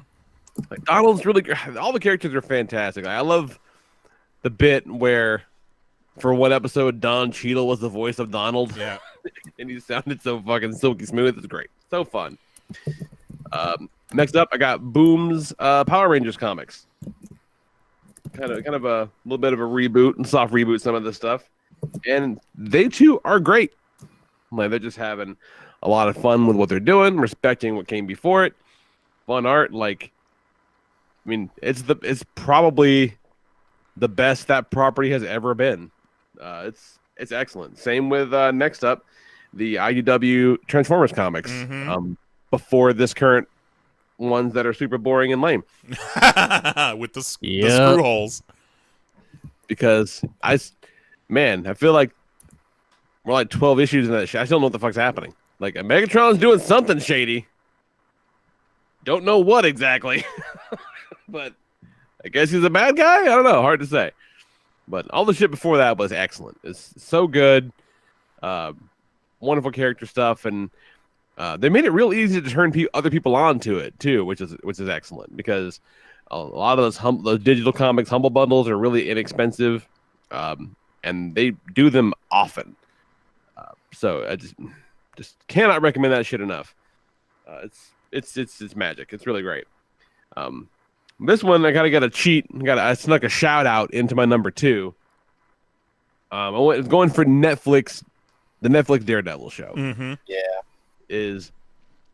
So I remember, I think were you guys all here when we got to the episode where Kingpin just smashed that fucking guy's head in the car door? Were you gone by the time I got to that one? I feel like we shared that moment together. Yeah. Like, between that and the hallway fight, like, oh, okay, we're into some shit now. Like, this is the real deal. It's everything I ever wanted. Thank you. It's like Christmas for me. Not only is that Daredevil TV show a great reboot, but it represented like a new era. It didn't end up working out that way where those Netflix shows folded into the MCU, but like, right, there was so much optimism at that point, and then it was solid. Yeah, that one, like, I mean, and the movie's just so bad. Like, but all 3 seasons of it are great. The Defenders kind of wedged in there as part of a connective tissue for 2 and 3. It's good. Like Luke Cage season 2 is okay, and Jessica Jones season 2 is awful, and season 3 is much better. I haven't even seen Iron Fist season 2 yet. I hear it's better than the first one, but I haven't seen it yet. No thanks. Yeah. But Daredevil is rock solid all the way through. It's great. And so I got to thinking about Daredevil, and I had to throw a shout out in there to the launch for the Marvel Now relaunch from Wade and Somni's run, because man, they were picking up some pieces coming out of that shithole Shadowland story. So they had the deck was really stacked against them, and they nailed it. Like it was great beginning to end. I feel like when it was going on, we talked about Shadowland for like 3 years straight. Yeah. It felt like it was 3 years straight. It was awful. It was so bad. Like, and I feel like Andy Diggle didn't really work in regular mainstream comics after that. Maybe to this day, I think he got put in comic jail. Daredevil was good from like, when did Kevin Smith take over? 98. 98. So Daredevil was good for like 14 years, and then they were like, let's just have it be the worst thing on the stance. Yeah, it was a hard turn into terribleness. But they fucking called in the master. Mark Waid's like, I'll clean this shit up. Don't worry about it. I got you. And it was great. It was fun. It was running around in San Francisco with no mask on and a suit. Shit was great. And then you had some, emotional breakdowns. And there's a great bit where he's having to align with Kingpin for something. I forget what it is, but he's like, walk with me, Matthew. We'll talk this out. And he's having this conversation with him, and he doesn't realize he's in a room where the walls are plastered with paintings and all the stuff of just beaten and murdered daredevils all over the walls. He's like, I like to come in here because it calms me. Excellent.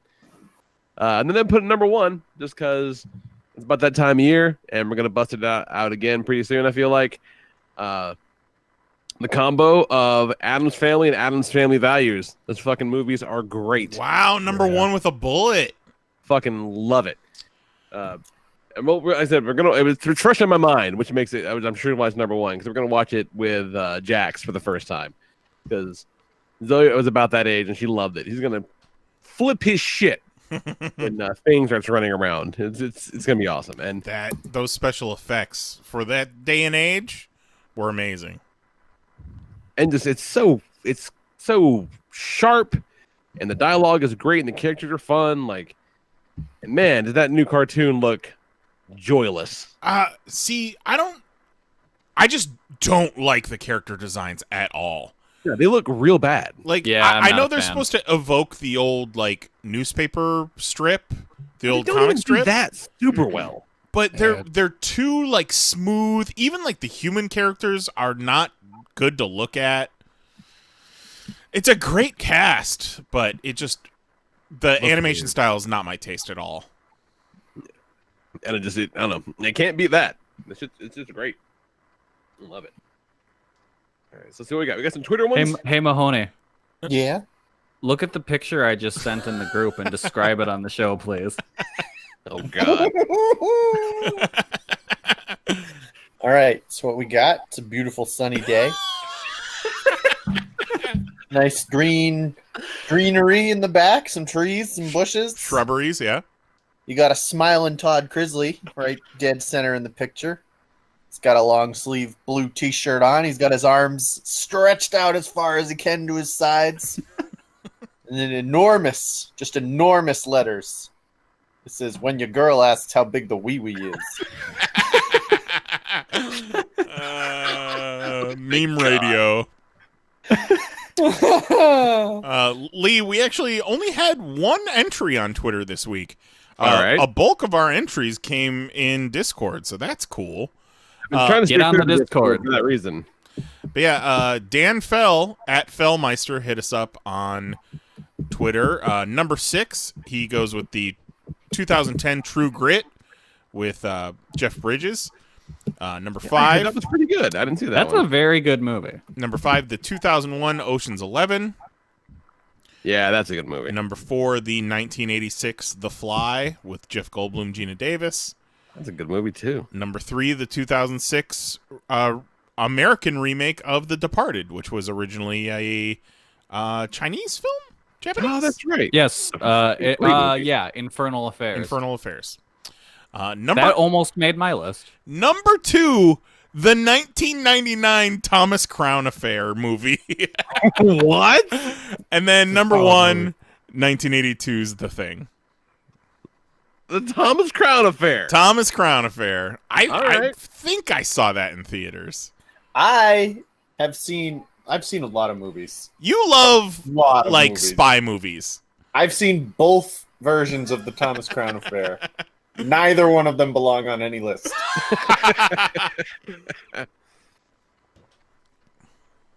All right. Okay. What is your list, Mahoney?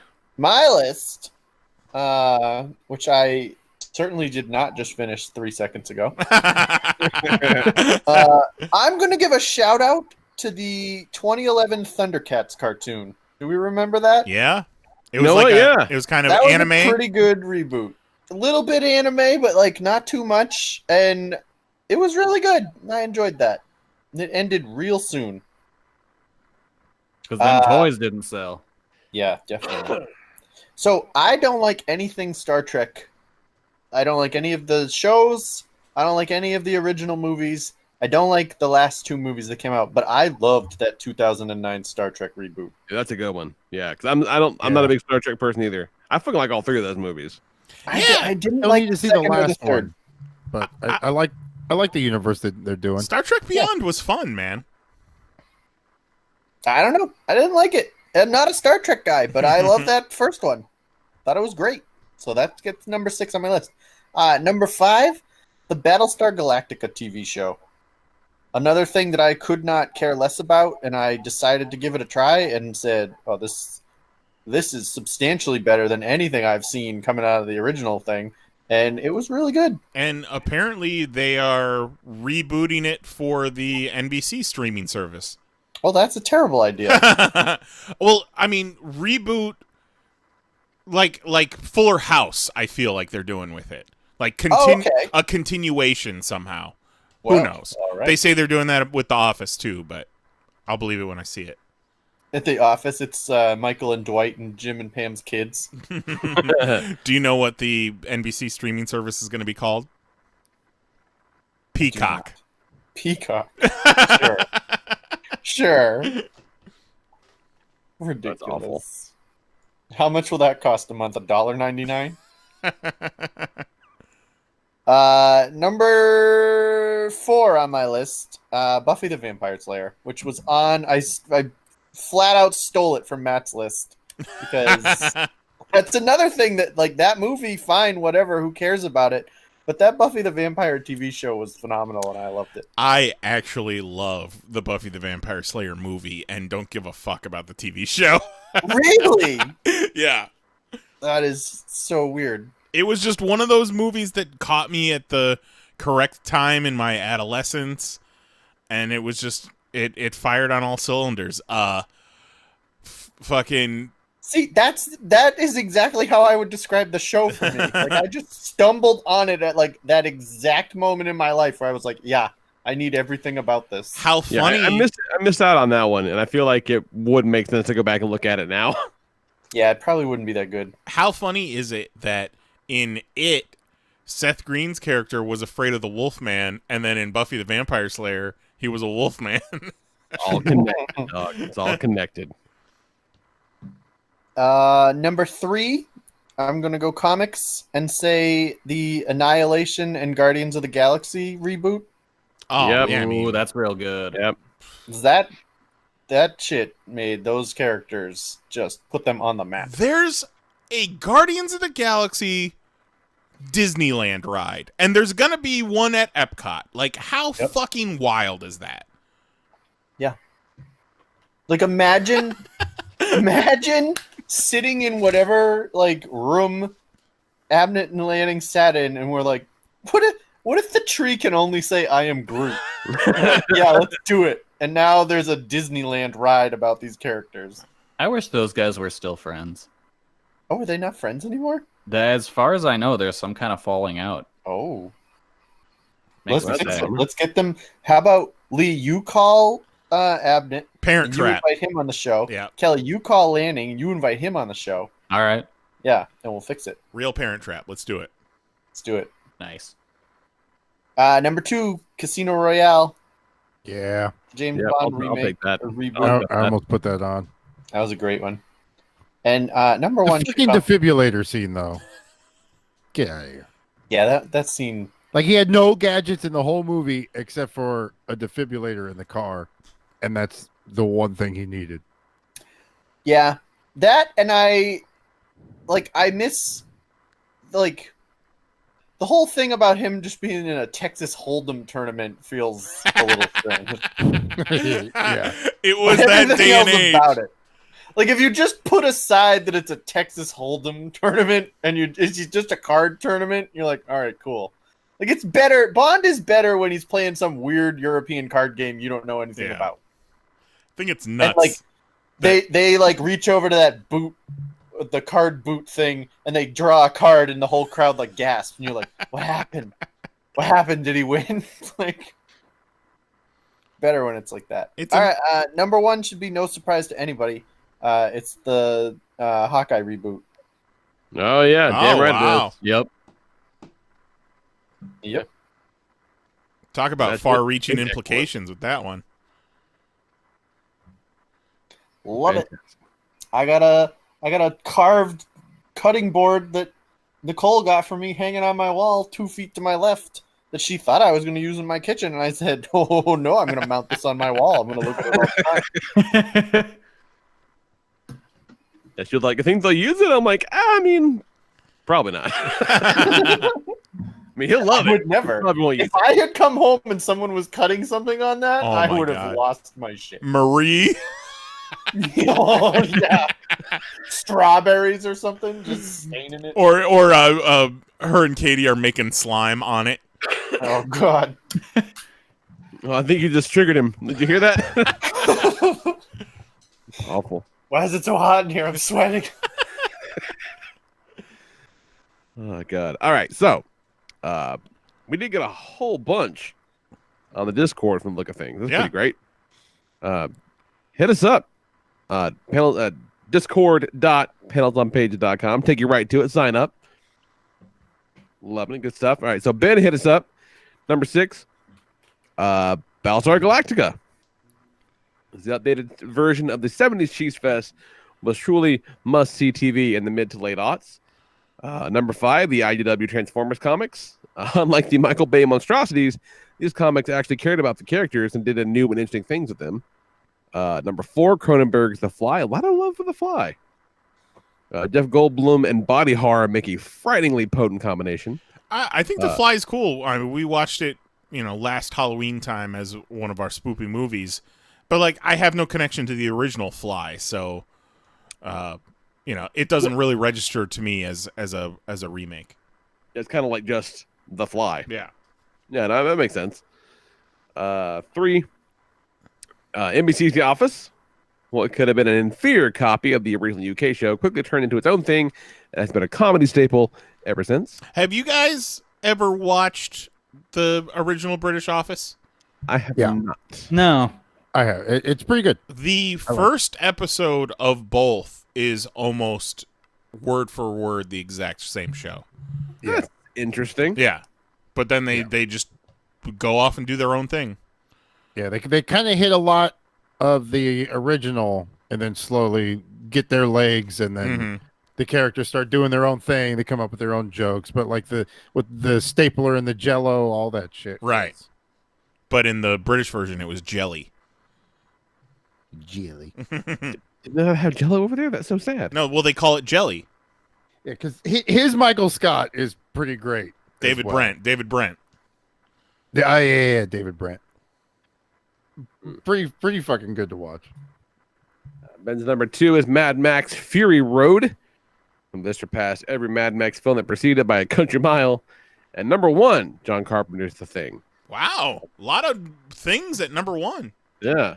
I wish more horror movies and more horror movies, period, were as scary and innovative as this. Shout out to the 1978 invasion of the Body Snatchers. Scared the crap out of me when I was a kid, and it still holds up today. How the hell was this rated PG? Because in 78, there was no PG-13. There was no PG-13. What was it, Temple of Doom that they invented PG-13 for? Yep. Where they're like, well, they don't say fuck, but he does pull this guy's heart out of his chest. They do eat monkey Sorry, brains. law. Gotta come up with something in the middle. I remember watching that for the first time. It was like, what the fuck? All right. Let's see. What you got, Knize? All right. Let's see here. I have one shout out. It's actually a trio of shout outs. And I'm going to go with all three of them reimagined a successful animated property with love and respect for what came before it. And it's the 2012 Ninja Turtles. How did I fucking forget that one? The new DuckTales show. And people forget, G.I. Joe Renegades was dope. I loved that show. All super cool. And they were all made by people who loved like the original. So there's so many cool Easter eggs and references. But on to my real ass list. Number 6, because I didn't really have any connection to the original, but I do think this version improved on the concept. It's the Zack Snyder Dawn of the Dead. Yeah, I mean that's a fucking great movie. That original is, it's good. It's a classic, but just it like don't have no Richard Cheese in it. yeah, the fucking soundtrack of the Zack Snyder Dawn of the Dead. I joked about Down with the Sickness earlier. That whole credit sequence with the blood. All right, Ty Burrell is great in that movie. Yeah, the whole cast: Ving Rhames, Sarah Polley. Yeah, it was at that time where it was just on the cusp of fast zombies being a thing before they got worn out. That might be a movie night for October. That could be a good one. Ooh. Now, this might be controversial that this is so low, but my number 5 is Dread. Because... It should be 1. Because... I should put that on my fucking list. No one really cared about the Judge Dredd movie with Sylvester Stallone. No one really wanted a new Dredd. We didn't know we wanted a new Dredd until that came out, and it was incredible. Number 4... Jose so mad. But I have a reason for it. So, number 4 is the new It movies. Tim Curry's the best thing about the TV movie, but they turned it into a big budget adventure with a new take, and it's pretty much better in every aspect except for that Tim Curry performance. But Skarsgård is great, completely different. Yeah, I don't think that he's necessarily even better. It's just so different. And man, I didn't think I was going to like it. When they showed that first promo photo of Skarsgård as the clown, and it was all dark and moody, I was like, that's not what I want. But I love it. Hopefully seeing it again this weekend. And the bit in chapter 2, no spoilers, people haven't seen it yet, but the bit under the bleachers is so good. Mm-hmm. It's so scary. It's like, oh, man. Oh, that's supposed to happen in the sewer, not under the bleachers. God damn it, Kelly. What a great bit. Number 3, you might be surprised I put this as my number 3, but The Office. Ooh, all right. Bold move. Again, don't really have a whole lot of ties to the original. And, when has adapting a British show for the U.S. ever worked? But then it ended up fucking eclipsing the original. The original was, 2 seasons long? They call them series. Series of 6 episodes or some shit like that. And the U.S. Office went for 9 years and is still, one of the biggest things in pop culture today. I don't come at me. Don't you even at me about season 8 and 9 being lower quality, because I don't even want to fucking hear it. You take I'm just baffled at how it's not number 1 for you. Yeah. The Office is your brand. Well, but you gotta listen to the reasoning, man. I'll get to it. Number 2 was a silly concept with equally campy movies, was then rebooted, and then rebooted again into some of the best movies we've seen in the past decade, and that's Planet of the Apes. Fuck yeah. All right, yeah. You want to talk about...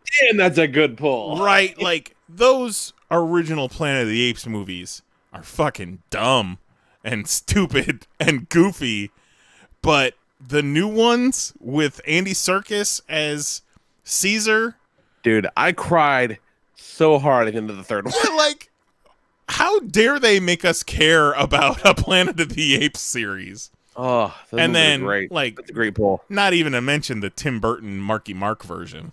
No, let's not do that. Tim Roth was the best thing about that movie. Sure. Everything Tim Roth was awesome. The makeup, the movie was fucking garbage. The makeup and like the costumes and the set design was cool. Like Michael Clark Duncan was great in that, but it was bad. It was a bad move. It was a bad look all around.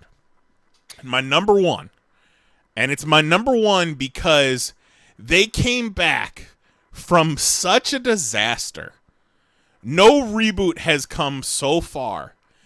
It birthed a new era in comic book movies as cinema, and that's Batman Begins. Solid. Like, all time, you want to talk about going from Batman and Robin in 1997 to Batman Begins in, was it 2003 or 2004? And just 2005. 2005. Just the shift in quality between those two movies. Like, we fucking reboot things after 3 years nowadays. And then, you know, Batman Begins beget The Dark Knight, and then, you know, I'm not saying Batman Begins is that was the domino. Yeah, I'm not saying Batman Begins is responsible for the MCU, but it kind of is. I mean, having respect for the source material and, you know, not bullshitting people. So that's my number one. Solid. Let's see, Shark hit us up on Discord. Them backwards, I guess. So we'll do number 6, Casino Royale. Number 5, 310 to Yuma. That's a good movie. Yeah, that is a good movie. Like, I have no reference of the original, but yeah, Christian Bale, Russell Crowe as that's a damn good movie. In a cowboy caper. Yeah, I feel like 310 to Yuma and the Dawn of the Dead remake came out around the same time, and the Rock doing the Walking Tall remake. There was like a golden era of remakes right around then. I kind of like that Walking Tall movie. It's all right. Yeah. Why not? Number 4, Ocean's 11. Number 3, Spider-Man: Homecoming. Number 2, Batman Begins, and number 1, Sharks got the Buffy TV series. That Buffy TV series has some fans, no doubt. No, there is no getting around that whatsoever. Sure. I had Spider-Man in the MCU on my long list, but you know, because again, like going from those Amazing Spider-Man movies to getting Spider-Man into the MCU, and he's great and he fits in, and then the movies are good, and but now where are we? So what do you think? Is the next one like Spider-Man 3, or are they gonna do like a new one with Tom Holland? Do you think? I was thinking about it, like you could technically do a third movie about him being unmasked, whatever. You just can't like Happy and Nick Fury can't be in it, right? Like otherwise, you could do like a sequel. I mean, it won't be called Spider-Man 3. No. But you know what I'm saying? Like, but yeah, they could call it, you know, fucking Back at Home or some shit. Home is Spider-Man Back at Home. Spider-Man Home is where the heart is. Yeah, there you go. I feel like they could do a third movie in this series, not connected to the MCU at all, and it still be decent. I feel like I think for sure. They're coming off enough wins, and they've got the tone for these Spider-Man movies to where it would be difficult for them to fuck it up, but then look at the original Spider-Man 3. Well, how soon before Tom Holland shows up in Venom? Oh, I think that's a guarantee. Instantly. I think so. Like, if you're gonna do that, like I feel like they shouldn't throw the baby out with the bathwater. You know what I mean? Like keep what they got going and try to salvage the goodwill that they were built. And like, you know, you can do another movie with all those characters and just, you know, again, don't put Happy in it. Don't have him wear the fucking glasses, and you really won't notice. You know? Yeah. But you know what'll happen when a certain villain shows up in this movie? What? It's gonna be Carnage. Oh God! So excited, you guys. I hope not. We should watch Venom for October. Oh, we should one. Yeah. I still haven't seen that. You I'm need to down. watch that movie it. rules. You should watch it before we watch it. Yeah, it's Okay, so so- good. Yeah, it's So that I have a fresh, like a real viewing, Right. And then Right. I'll take notes. It's gonna Eric be Magnus in the carnage. chat says that Zendaya can't be in the Spider-Man movie. I don't think that's true. But Why I can't she not? Sound true. I think what's going to happen is Sony's going to do a Spider-Man 3 on their own, and then they're going to kiss and make up with Marvel. Not because the movie did poorly. They're just going to come to some sort of understanding, and everything will be fine again. And then that third movie, even though it won't have MCU connections, could still exist in that series. like, see, we just wanted to say that we could do it. Right. We did it, and we're coming back because we want to, not because we need to. We just wanted to prove it to ourselves. There is a lot of rumors on the gram that Sony came back and up to their offer to 30% and said, we'll do 30%, but we want you to incorporate Venom somehow. I think that's a fair deal. Why not? Right? Because why can't you just be like, sure. Yeah. Oh, shit, Venom's in here too. Because you know what Marvel did? Completely kind of forgot about that Incredible Hulk movie, so they could do the same with Venom. Just bring Venom in. Exactly. They have all of their Netflix show that they're taking all the actors from and putting them in their movies. Right. So, anything they want to just pretend doesn't exist, they're pretty good at. Yeah. The rumor is they're looking at David Tennant for the villain in Doctor Strange and the Multiverse of Madness. As Fuck what? it, why not? Malabolgia? Mephisto. There you go. Bullshit. No, what was the rumored character? Nightmare. Okay, Nightmare. You sent that to me. Totally Nightmare. You sent that to me, and I got bummed out because he's just so good as Kilgrave. But if they're bringing Cottonmouth in as Blade, all bets are off at this point. Mm-hmm. Luke Cage has a new TV show on network TV this fall season. I forget what it was called. All right. But at least he's working. Good for that guy. Oh, and Misty Knight has her own show, too. A honka. Yes, look at that. All right. So Denim on the Discord. Okay. Starts out with Girls Just Want to Have Fun by Cyndi Lauper. Originally recorded by Robert Hazard in 1979, it was a song that put Cyndi on the map and created her legacy. I legit did not know that. Yeah, I had no idea that was a cover. Exact thought. I was like, who knows that?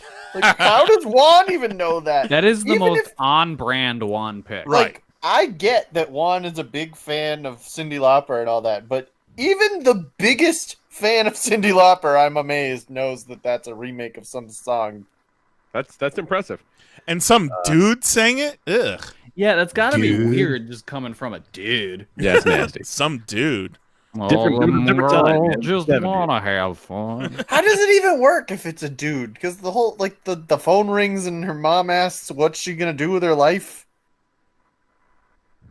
Like, how does that conversation between the dude and the mom, It's got to be just like the hook or something. how does it go to the dude being like, listen, Robert Hazard on Spotify. I can look why are we worried about what I want to do with my life? Girls just want to have fun, ma. I want to be like a girl. I want to be like a girl, ma. Will they All right. demonetize us if we all take a 3-minute break and listen to the original version of Girls Just Want to Have Fun? Almost certainly. We can yes. talk over it a little bit, you know. Here, I got it right now. Number 5. There we go. Okay. Yeah. There it is. Okay. It sounds like pre-punk.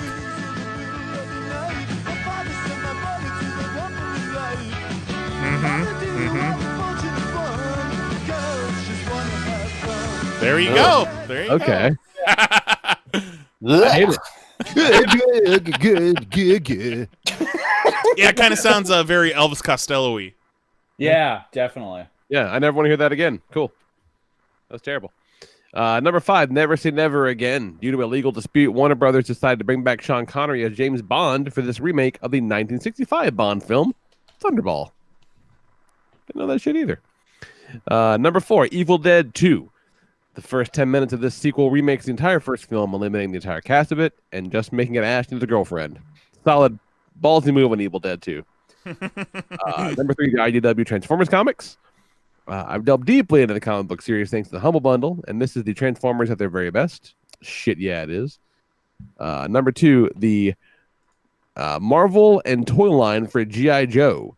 Hasbro took their old 12-inch, mostly generic action doll and teamed up with Marvel to create a force of smaller-sized figures with personalities and organization to fight. And then number 1, Robotech. The 3 anime series that had nothing to do with each other except have a similar look and tone to them and create a whole new series from them with a continuing storyline that manages to still keep the original... Fucking punctuate! Jesus. The Robotech legacy still continues on to this day with a new toy line, a comic series that is fantastic, and a live-action movie that is never going to come out. Wow, my list is so 80s. Fucking A, right? One is totally 80s. Up. On What you got, VH1. Kelly? All right. My number 6 is a little bit of a weird one. So I went. It's weird. Spoiler alert. It's not So's number 5. So's number 4. I mean, yeah. It's not a direct remake or a reboot. So, Pokemon Gold and Silver. Okay. I'm only referring to the second half of the game when they just put in the first game and was like, hey, why don't you just play that first game again at the end of this game? Wait, what?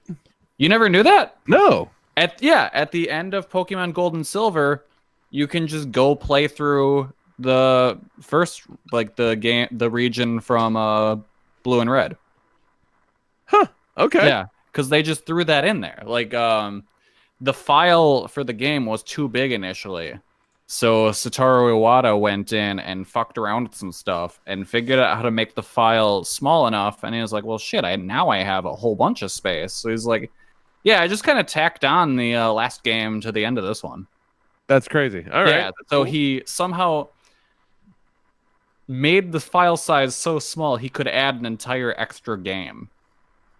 That's fucking strange. Okay. Yeah, no. So yeah, there's a remake within the game.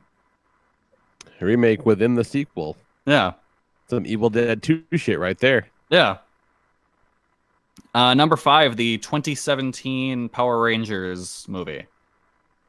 Yeah, that's a solid pick. That's a good movie. I like that movie a lot. Yeah, I really like the cast. I think the action scenes are good. It's just a fun movie, and it's sad that they won't be continuing with that world. Number 4. Come on, you had to expect it. Yakuza Kiwami. I never played the original on PS2, but I love that game so much. As soon as Knize came up with this idea, I was like, oh man, number 4 on Kelly's list is going to be Yakuza Kiwami. You know me so well. Number 3, Kamen Rider Amazons. Oh, fuck yeah, Amazons. Never saw the original Amazon series, but I bet it's corny as fuck. Yeah, it's nowhere near as well. It probably could actually be as bloody as this one, but probably nowhere near as dark and as well written, and just in general very good. Kamen Rider Amazons still on Amazon Prime. It is. Yep. You watched the movie yet? No, I need to watch that. Yeah, me either. I need to get on that. I haven't seen it like uploaded anywhere. I got you, boo. I got you. Oh, okay. Got you. Yeah, it's yeah. If you have Amazon Prime, you can go watch it. They call it Amazon Writers on that for some reason, though. Yeah, so. You should go watch it. It's very good, and I'm not saying that just as like I like all my Japan shit, and you should too. No. It's just a very good show. No, it's just yeah, it's good. It's quality. Yeah, no, you should watch it.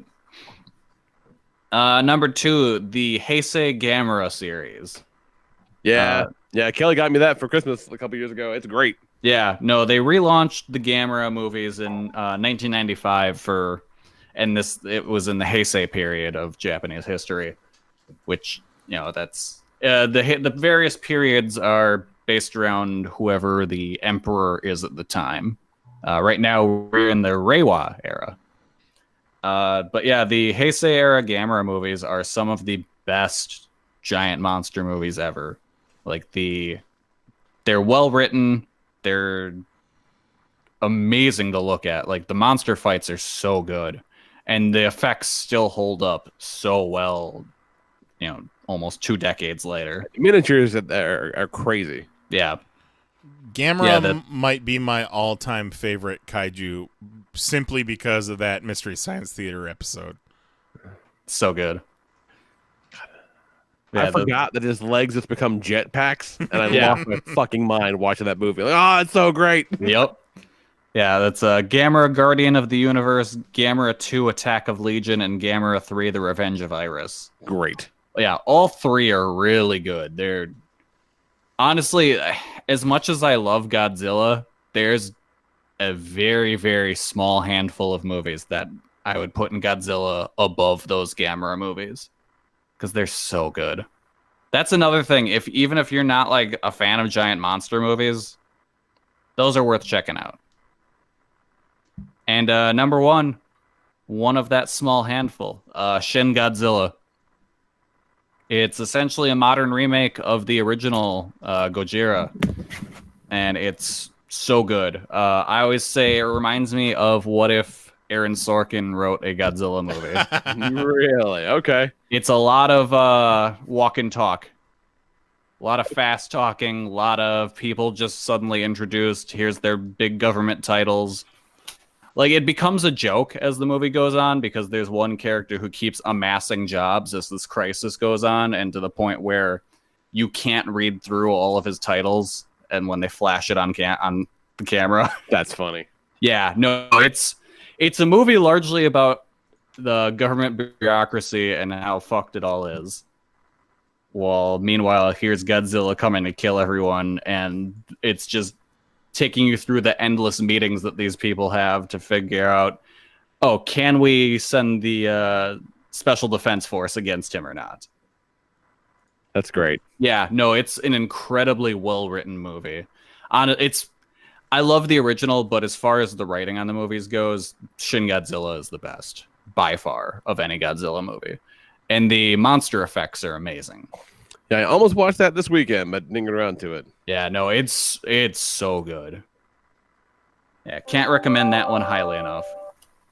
The hell with that? Wasn't me. Kelly. It wasn't me. All right, we did get one email to popcast@panelsonpages.com. Bet it's better. Right. He says, does the G.I. Joe movie with Channing Tatum... It says Tatum. God, good fuck with me. Channing. That's not right. Fuck me up. Perfect. Nobody suddenly real names anymore. Oh, that fucked me up. Lee's the Beast Rider. The G.I. Joe movie with Channing Tatum. Oh no. Anyway, he says that movie sucks. He'd also like to add Jason Momoa's Conan the Barbarian reboot to the garbage pile, even though he likes Momoa. But the remakes he likes, in no particular order: Spider-Man Homecoming. Thoroughly enjoy the Raimi movies, so I'm not saying this is better, but I really like the MCU version. And they are far better than the Garfield ones. Next up, Ocean's 11. Solid. Dread. Gonna guess I'm not alone here, he says. The Bourne Identity. The whole franchise was solid, he says. I forgot that those were remakes. Are they really? Really? Oh, it's a book? I guess they're books, book. yeah. Books, yeah. Like more of an adaptation than a reboot, I guess. Sure. It is a reboot. Here's a deep cut. Oh, Brother, Where Art Thou? As a reboot of Homer's Odyssey. Okay. Which is true. It's true. Oh, Brother, Where Art Thou is totally the Odyssey. Yeah. Got a Cyclops and everything. Yep. Sirens, the whole nine. And number one, Scarface. Don't care if John Mulaney hates it. It's still a classic. Yeah. I bet Scarface doesn't hold up as well as we think it does. Call me John Mulaney. I mean, it's very much a product of its time. I'm sure. Sure Guys, it is. Tito right now is sitting at his desk at work being like, oh man, they don't like Scarface? Let's say I don't like it. It might be fine. I said it. I said it, Tito. Hey, somebody gets chainsawed in a hotel bathroom, so it can't be all that bad. Hit us up with the Discord when Knize. My voice hurts. Sure thing. We got J-Pop. His number 6, Ocean's 11. Haven't seen the original one with the Rat Pack, but I love this. Shout out to Silence of the Lambs. Never saw Manhunter all the way through, but I did see this, and it has helped refine an iconic, dark, twisted character. Manhunter, actually came out before Silence of the Lambs, but technically Red Dragon is a remake of Manhunter. Yeah. Yeah. Anything Silence of the Lambs is kind of a sequel to Manhunter, I guess. Yeah. It's still kind of a reboot because it's a new Hannibal Lecter. Yeah. The Hannibal Lecter. Oh man, shouts out to Hannibal. What, the show? Yeah. Yeah, that a good one? Oh, that show rules. Like, All the right. last season's kind of rocky, but it's really good. All right. Solid shout out. The Hannibal Lecter in Manhunter was actually played by Michael Gambon, who ended up being Dumbledore. Oh, all right. Yeah. Look at that. No. I think it's Brian Cox. Brian Cox was Hannibal Lecter. No shit. Yes. I saw it in my brain, and I was like, nope, that's wrong, Nice. Number 5, Spider-Man Homecoming. Really fun Spider-Man movie. Number 4, God damn it, Punisher Warzone / Fuck yeah, that movie rules. / the Punisher TV series. I can't pick one over the other. Really? How do we not think to put that on our list? What? Yeah, how the fuck did that happen? He can't pick between Punisher Warzone and the Punisher Netflix series. Hey, if Like, want I to can't have a good decide. time- I can't decide my favorite food. I don't know if I like peanut butter or ham more.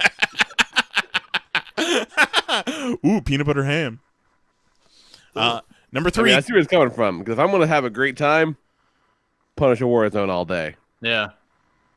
Because the Netflix show is going to make me think about some shit. It's going to be very depressing at parts.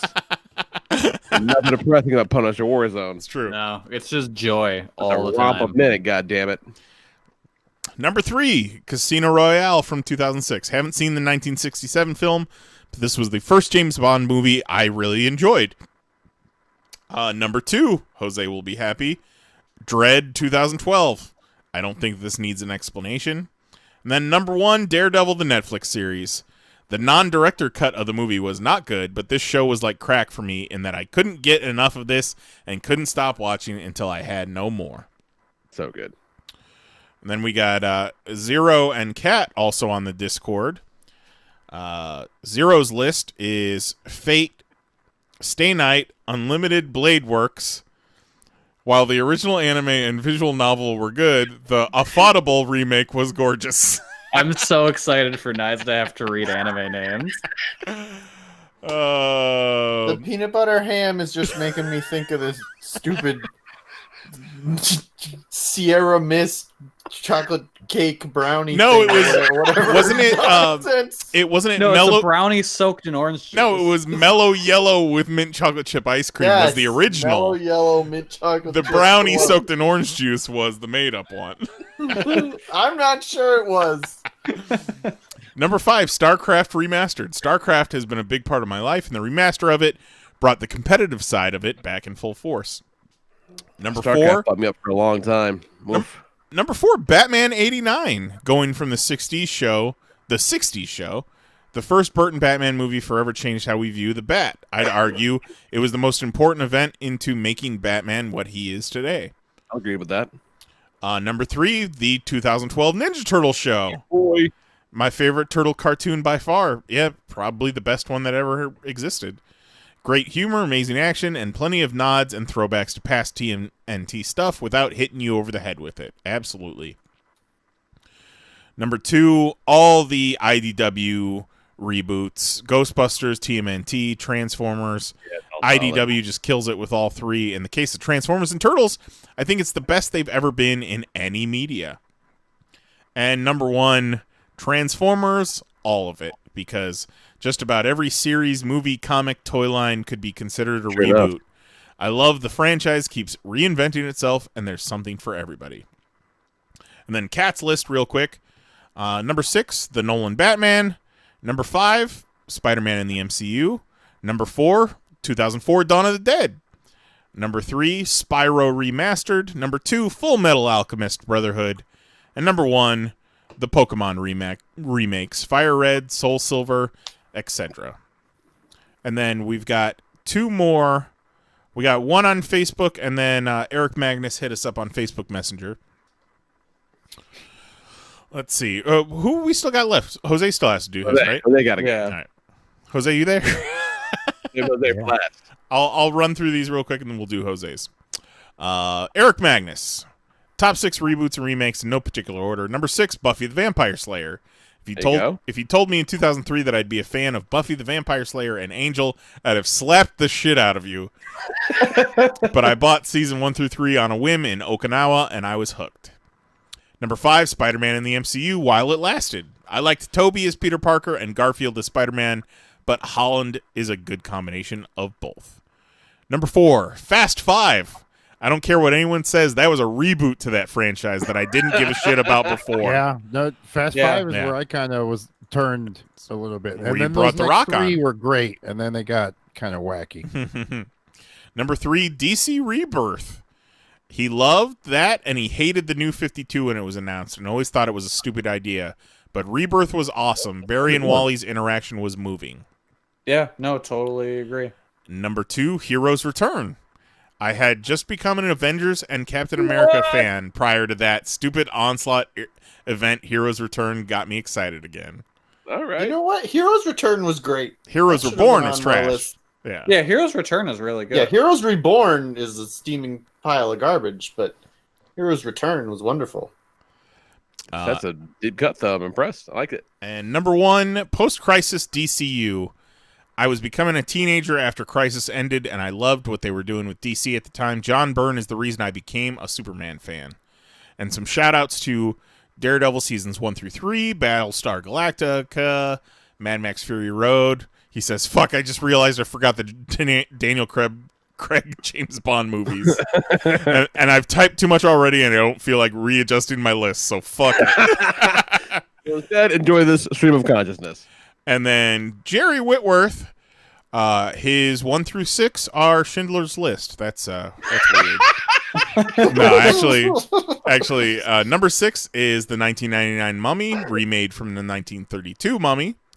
Number 5, Quarantine, remade from REC. Number 4, Blind Fury was remade from Zatoichi Challenged. R.I.P. Rucker Hauer. All right. Number 3, True Lies was remade from La Totale. Number 2, Fist of Legend from Fist of Fury / Chinese Connection. And number 1, 1982's The Thing. All right. Schindler's List. I'll allow some of those. Some of those are shenanigans. Take us home, Jose. What you got? Shout outs. Yeah. Some of my list kind of mirrors Knize's, but with Dawn of the Dead remake, that was a great theater experience. Mm-hmm. Another interesting theater experience, went and saw this with an ex years ago, motherfucking Birdcage.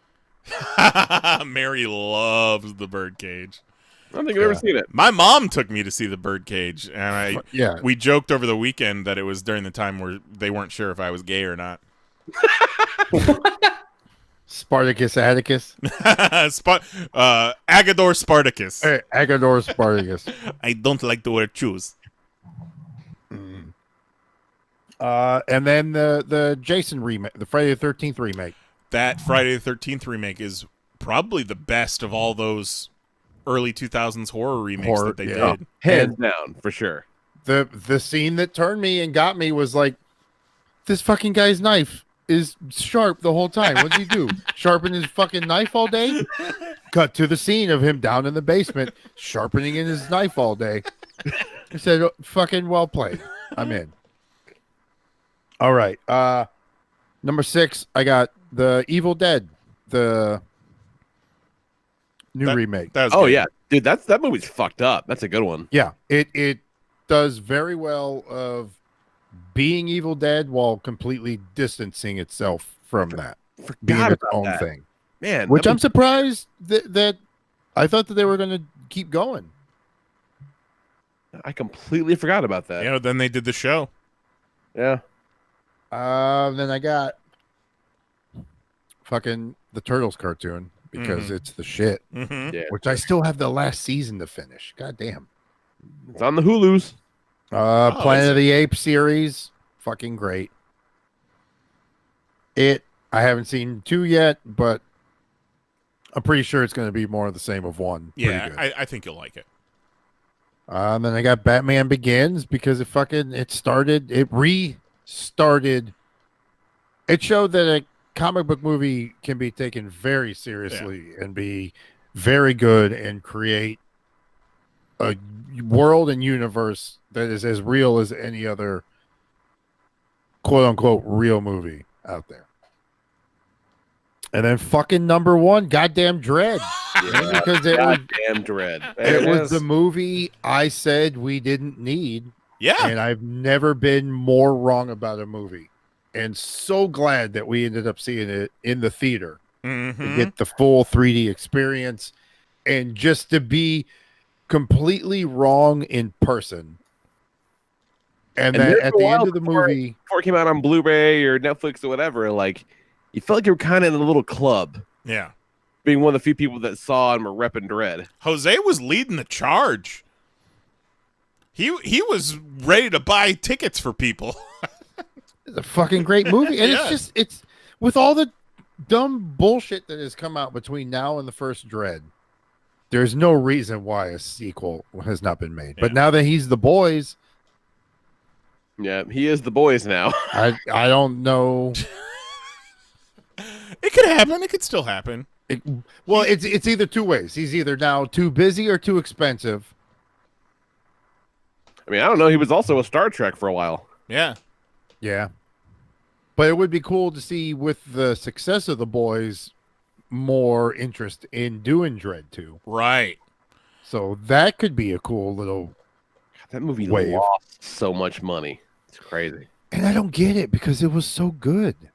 It's so funny to look at Dredd being remade from Judge Dredd and compare that to like that Total Recall remake or the RoboCop remake, which were both unnecessary. Yeah. But Dredd was very necessary. Yeah. But at least like the Total Recall one isn't like objectively bad like that RoboCop one.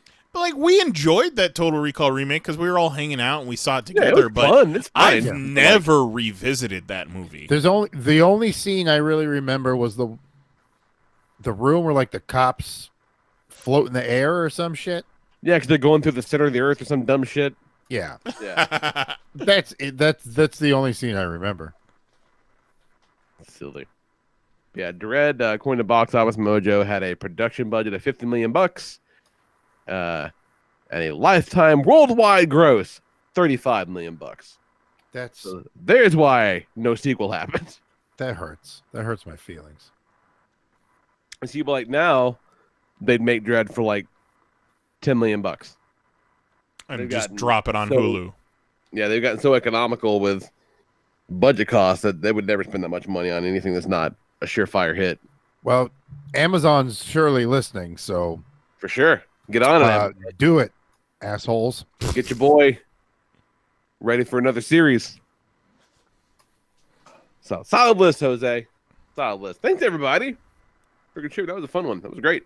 So what do we got as options for next week? What do we got for options for next week? Let's see.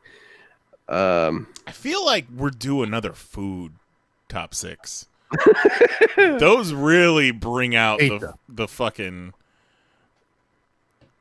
what, top 6 pizza? See, but that's just any pizza. I fucking love that one's hard. Man, we had Papa John's last week after not having Papa John's for a long time because he was a racist piece of shit. But don't worry, Shaq's there now. Yeah, Shaq's the face of the company now, and it was the best Papa John's I've ever had in my life. It was delicious. You know what? Fuck it. Let's do pizza. All right. Fuck it. Why not? Why not? And whatever you want. Just don't put fucking pineapple on it. Come on. Oh, fuck you. goddamn face of pineapple on a pizza. Pineapple goes on all of the pizzas. No, none of the pizzas. Every single slice. One of our go-tos lately was from Jets, and it was pineapple, black olive, jalapeno. Cool. Because it's vegetarian. It's so good. It's sweet and spicy and salty. It's all three.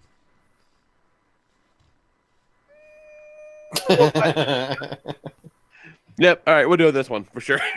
All right, top 6 pizza. I can tell you my number one pizza experience.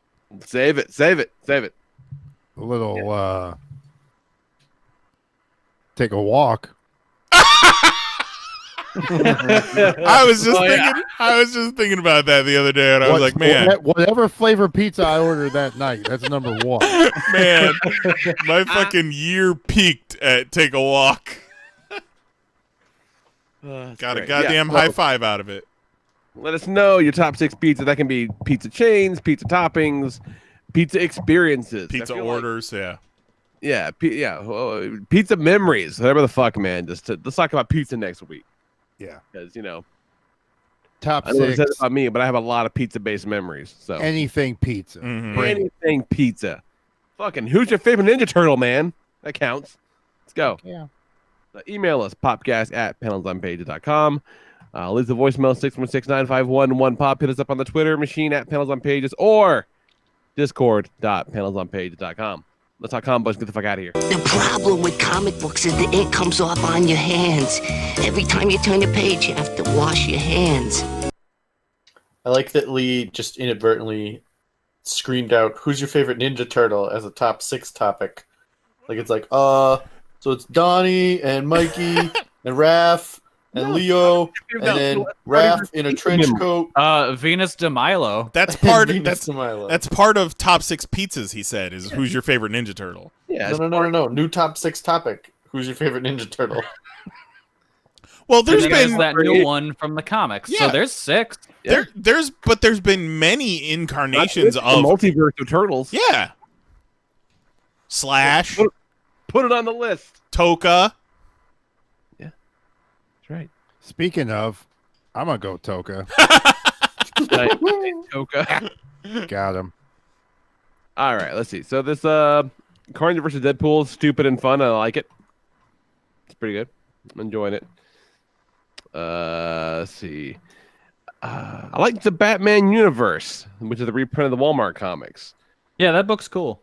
With Bendis and Nick Darrington, I think, doing the artwork on it. Yeah, cool. It's got a very it's very Darwin Cook-esque. Mm-hmm. A little bit. It's fun, and it's exactly what it says it is. It's Batman traipsing around the universe. It's pretty cool. It's good. I can see why they made this thing for Walmart's. Like, it definitely, they hit all the characters. Like, it's really smart doing the thing that it does. It's great. Also, really enjoy my favorite romance comic, Batman, issue 78 was great. This just a romance comic about Batman and Catwoman, and I'm here for it. It was wonderful. It made me very happy. I was sitting on the couch and I went out loud, "Aw!" And Nicole's like, "What?" And I showed him the page of Batman and Catwoman kissing. She was like, "What the fuck is wrong with you?" I'm like, "They got back together. She left him on the roof and broke his heart. Now they're together again. It's nice." Yeah, Tom King's Batman has been at its best when it's a romance comic. Yeah, you're not wrong, because it straight up is that. And so that's why I am super hyped for Batman and Catwoman. It's going to be great. Chichetto is back doing art on Daredevil with Zdarsky, and boy, it looks great still. Sure does. They're kind of picking up on the plot with the crime family and the cop from Chicago. Really great supporting cast they're building in this book. But I like when they try to do a sting on Spider-Man. Instead, Spider-Man just kind of kidnaps the cop. And then the guy's like, "You think you're above the law?" And Spider-Man's like, "You know what? Fucking yeah, I do." As a matter of fact, I do think I'm above the law. So you're going to arrest me about it. Let me keep saving lives, dick, and fucking leaves. It's great. Zdarsky, man, writing the hell out of that Spider-Man. He's great. One of my top 6 chips. He's definitely a top 6 chip. Oh, definitely. 100%. Man, I should have put him as number 1. He might be my favorite chip of all time. Yeah, he's up there. He's definitely up there. Dr. Definitely Strange better than Wood. Oh yeah, fucking wood chips. Chip pizza. Doctor Strange, Kelly, is canceled as of issue 20 next month. Okay. We were not wrong. It is ending, but this last issue was great. Yeah, this run picked up a whole lot in like the back half. Yeah, this is great. I love the art, man. It's so good. It's Jesus Says is his name, I think. It's good. I've never seen him do anything before. It's great. I remember he did the Birds of Prey with the New 52 started. Okay. I've seen him bounce around in a few things, but I can't remember off the top of my head what else. So this ghost hops in the road, makes this lady crash a car with her kid. Doctor Strange hides with the ghost with some magic shit, and the kid has got a brain bleed. Doctor Strange says, well, shit. If I only had my hands back, I could maybe, I could have saved this kid, but I'm fucked. And so he does the only thing he can think to do. He hops into the magic portals and talks to a demon. Looks like he made out of chewed up chewing gum. This guy's like, yeah, I got all these forbidden spells and shit. And Doctor Strange says, I need my hand back. He's like, cool. The spell that you want to use is in the Book of Even Odds. So, you're either going to get your hands back or you're going to be disconnected from magic forever. One of those two things are going to happen. So it was like, fuck it. Teach me the spell. He goes back and casts a spell, and his hands disappear, and he flips the fuck out. And it's a really terrifying image because the only recurring nightmare I've ever had is about shit happening to my hands. So in that moment, I identify with Doctor Strange very much. But then they grow back. And so he's got his magic juju back. He saves the kid, and now he's also got the skills to be a surgeon again, which is kind of a neat thing for Doctor Strange. Good for that guy. I feel good for him. It's time for his book to get canceled. Although I feel like this is more a matter of it's wrapping up more than getting canceled. And I'm pretty sure it's coming back with a new number 1. Exactly. Yeah. I feel like it's more relatively soon than truly being canceled because, I think it got announced already. There you go. Yeah, that makes sense. Then the last thing I'll talk about is some of the Invaders, man. They're doing some cool shit with Invaders. Again, the Darsky killing it. The notion that all the villainous shit that Namor's been doing lately is the direct effect of this sort of projection that Xavier built for him to manage his trauma taking over is really cool and really scary. I like it a lot. And so now that part of his psyche is loose and in some other guy with the serpent crown, and that can't be good for anybody. All the stuff with the Atlantean plan has been really cool, and you got fucking the Human Torch now has a robot body. Got his head cut off by Namor in a fight. It's fucking great, so good. Again, I can't see this lasting forever, but I don't want it to stop. It's really, really good. I enjoy it quite a lot. What else you got, Kelly? The only thing really of note that you didn't mention was the new issue of Wonder Twins. I haven't read it yet, but I thought that was supposed to be 6 issues. I was surprised to see it. They expanded it to 12. Yeah, good, because that shit was so fun. Yeah.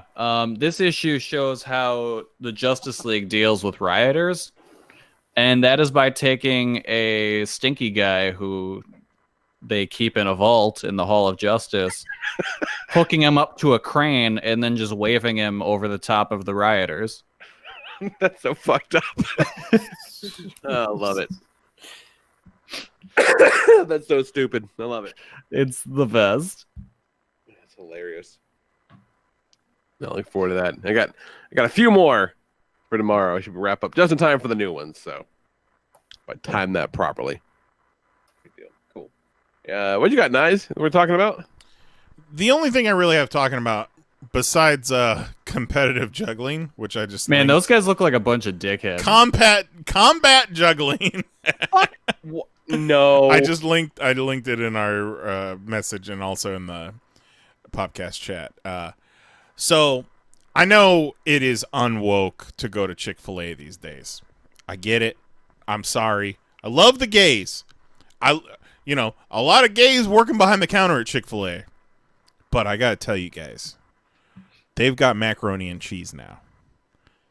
And it might be the best fucking macaroni and cheese I've ever had in my life. What? Really? Seriously.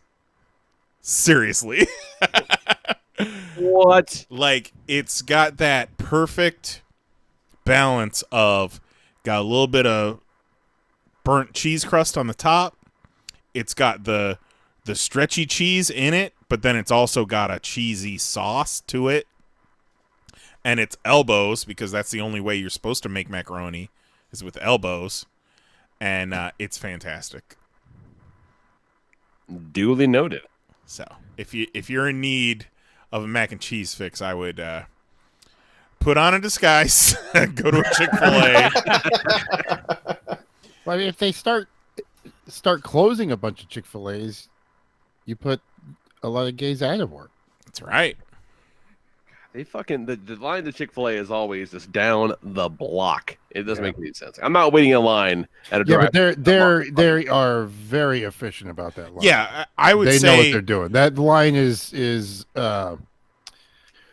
deceptive with how long it looks. And as far as fast food drive-thrus go, they will get your order right more than any other fast food restaurant. I mean, they got like 4 items. I would certainly hope so. 5 now. They got macaroni and cheese. Touche. Okay, all right. What you got, Jose? The lady's been watching Shield.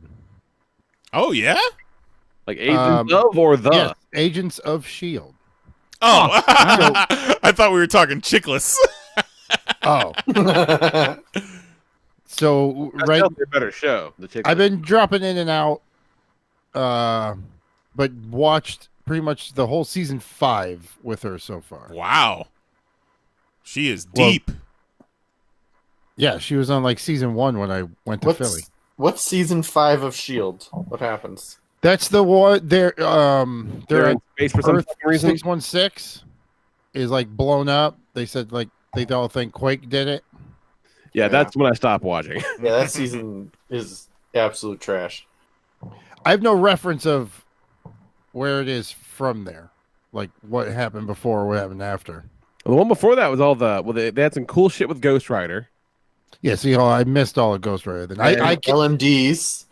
Yeah, and then LMDs, and then they spent all their money on Ghost Rider. They spent all their money on Ghost Rider, so the second half of the season, the villains were just the same actors but acting bad. Oh, yeah, and they were about putting them basically put them in the Matrix, and it lasted fucking forever. I was actively skipping through episodes, just waiting for something to happen, and then when they ended up in space and the future, I'm like, nah, fuck this show. I'm done. Anything else, Jose? No, I'm gonna leave it at that. What you got, Mahoney? I haven't read a comic in like 4 years, but I watched Runaways season 2, and I'm like an episode away from being done with Cloak and Dagger. Oh wow! Both shows are perfectly fine shows to have playing in the background while you do other things. All right, that's all I would say about them. Need more of those kind of things. Right on. You know what? Okay, this is what you got to do. Many of you have been to my home, and you know that my shower on the upstairs has, on the wall opposite the shower head, I installed myself a towel hook, and I hung a shower basket, the thing you would normally hang from your shower head, I hung on the opposite wall back over there. For like all your shampoos and your razors and your soaps and stuff. You're not really supposed to hang that shit from your shower head. You're going to mess up your pipes. So they sell it for that, but you really shouldn't hang it from there. Get yourself a towel hook. It's like this really thick hook they sell at Home Depot in with all the things. I'm sorry, it's a robe hook. A robe hook. You get one of those. It's designed to carry heavy things. You hang your stuff from that. It's great. Now, you put that on the opposite side of the wall from where your shower head is, right? Now all that stuff stays dry. Okay, you get yourself a $35 Amazon Kindle tablet that you don't give two shits about, and you watch TV in the shower.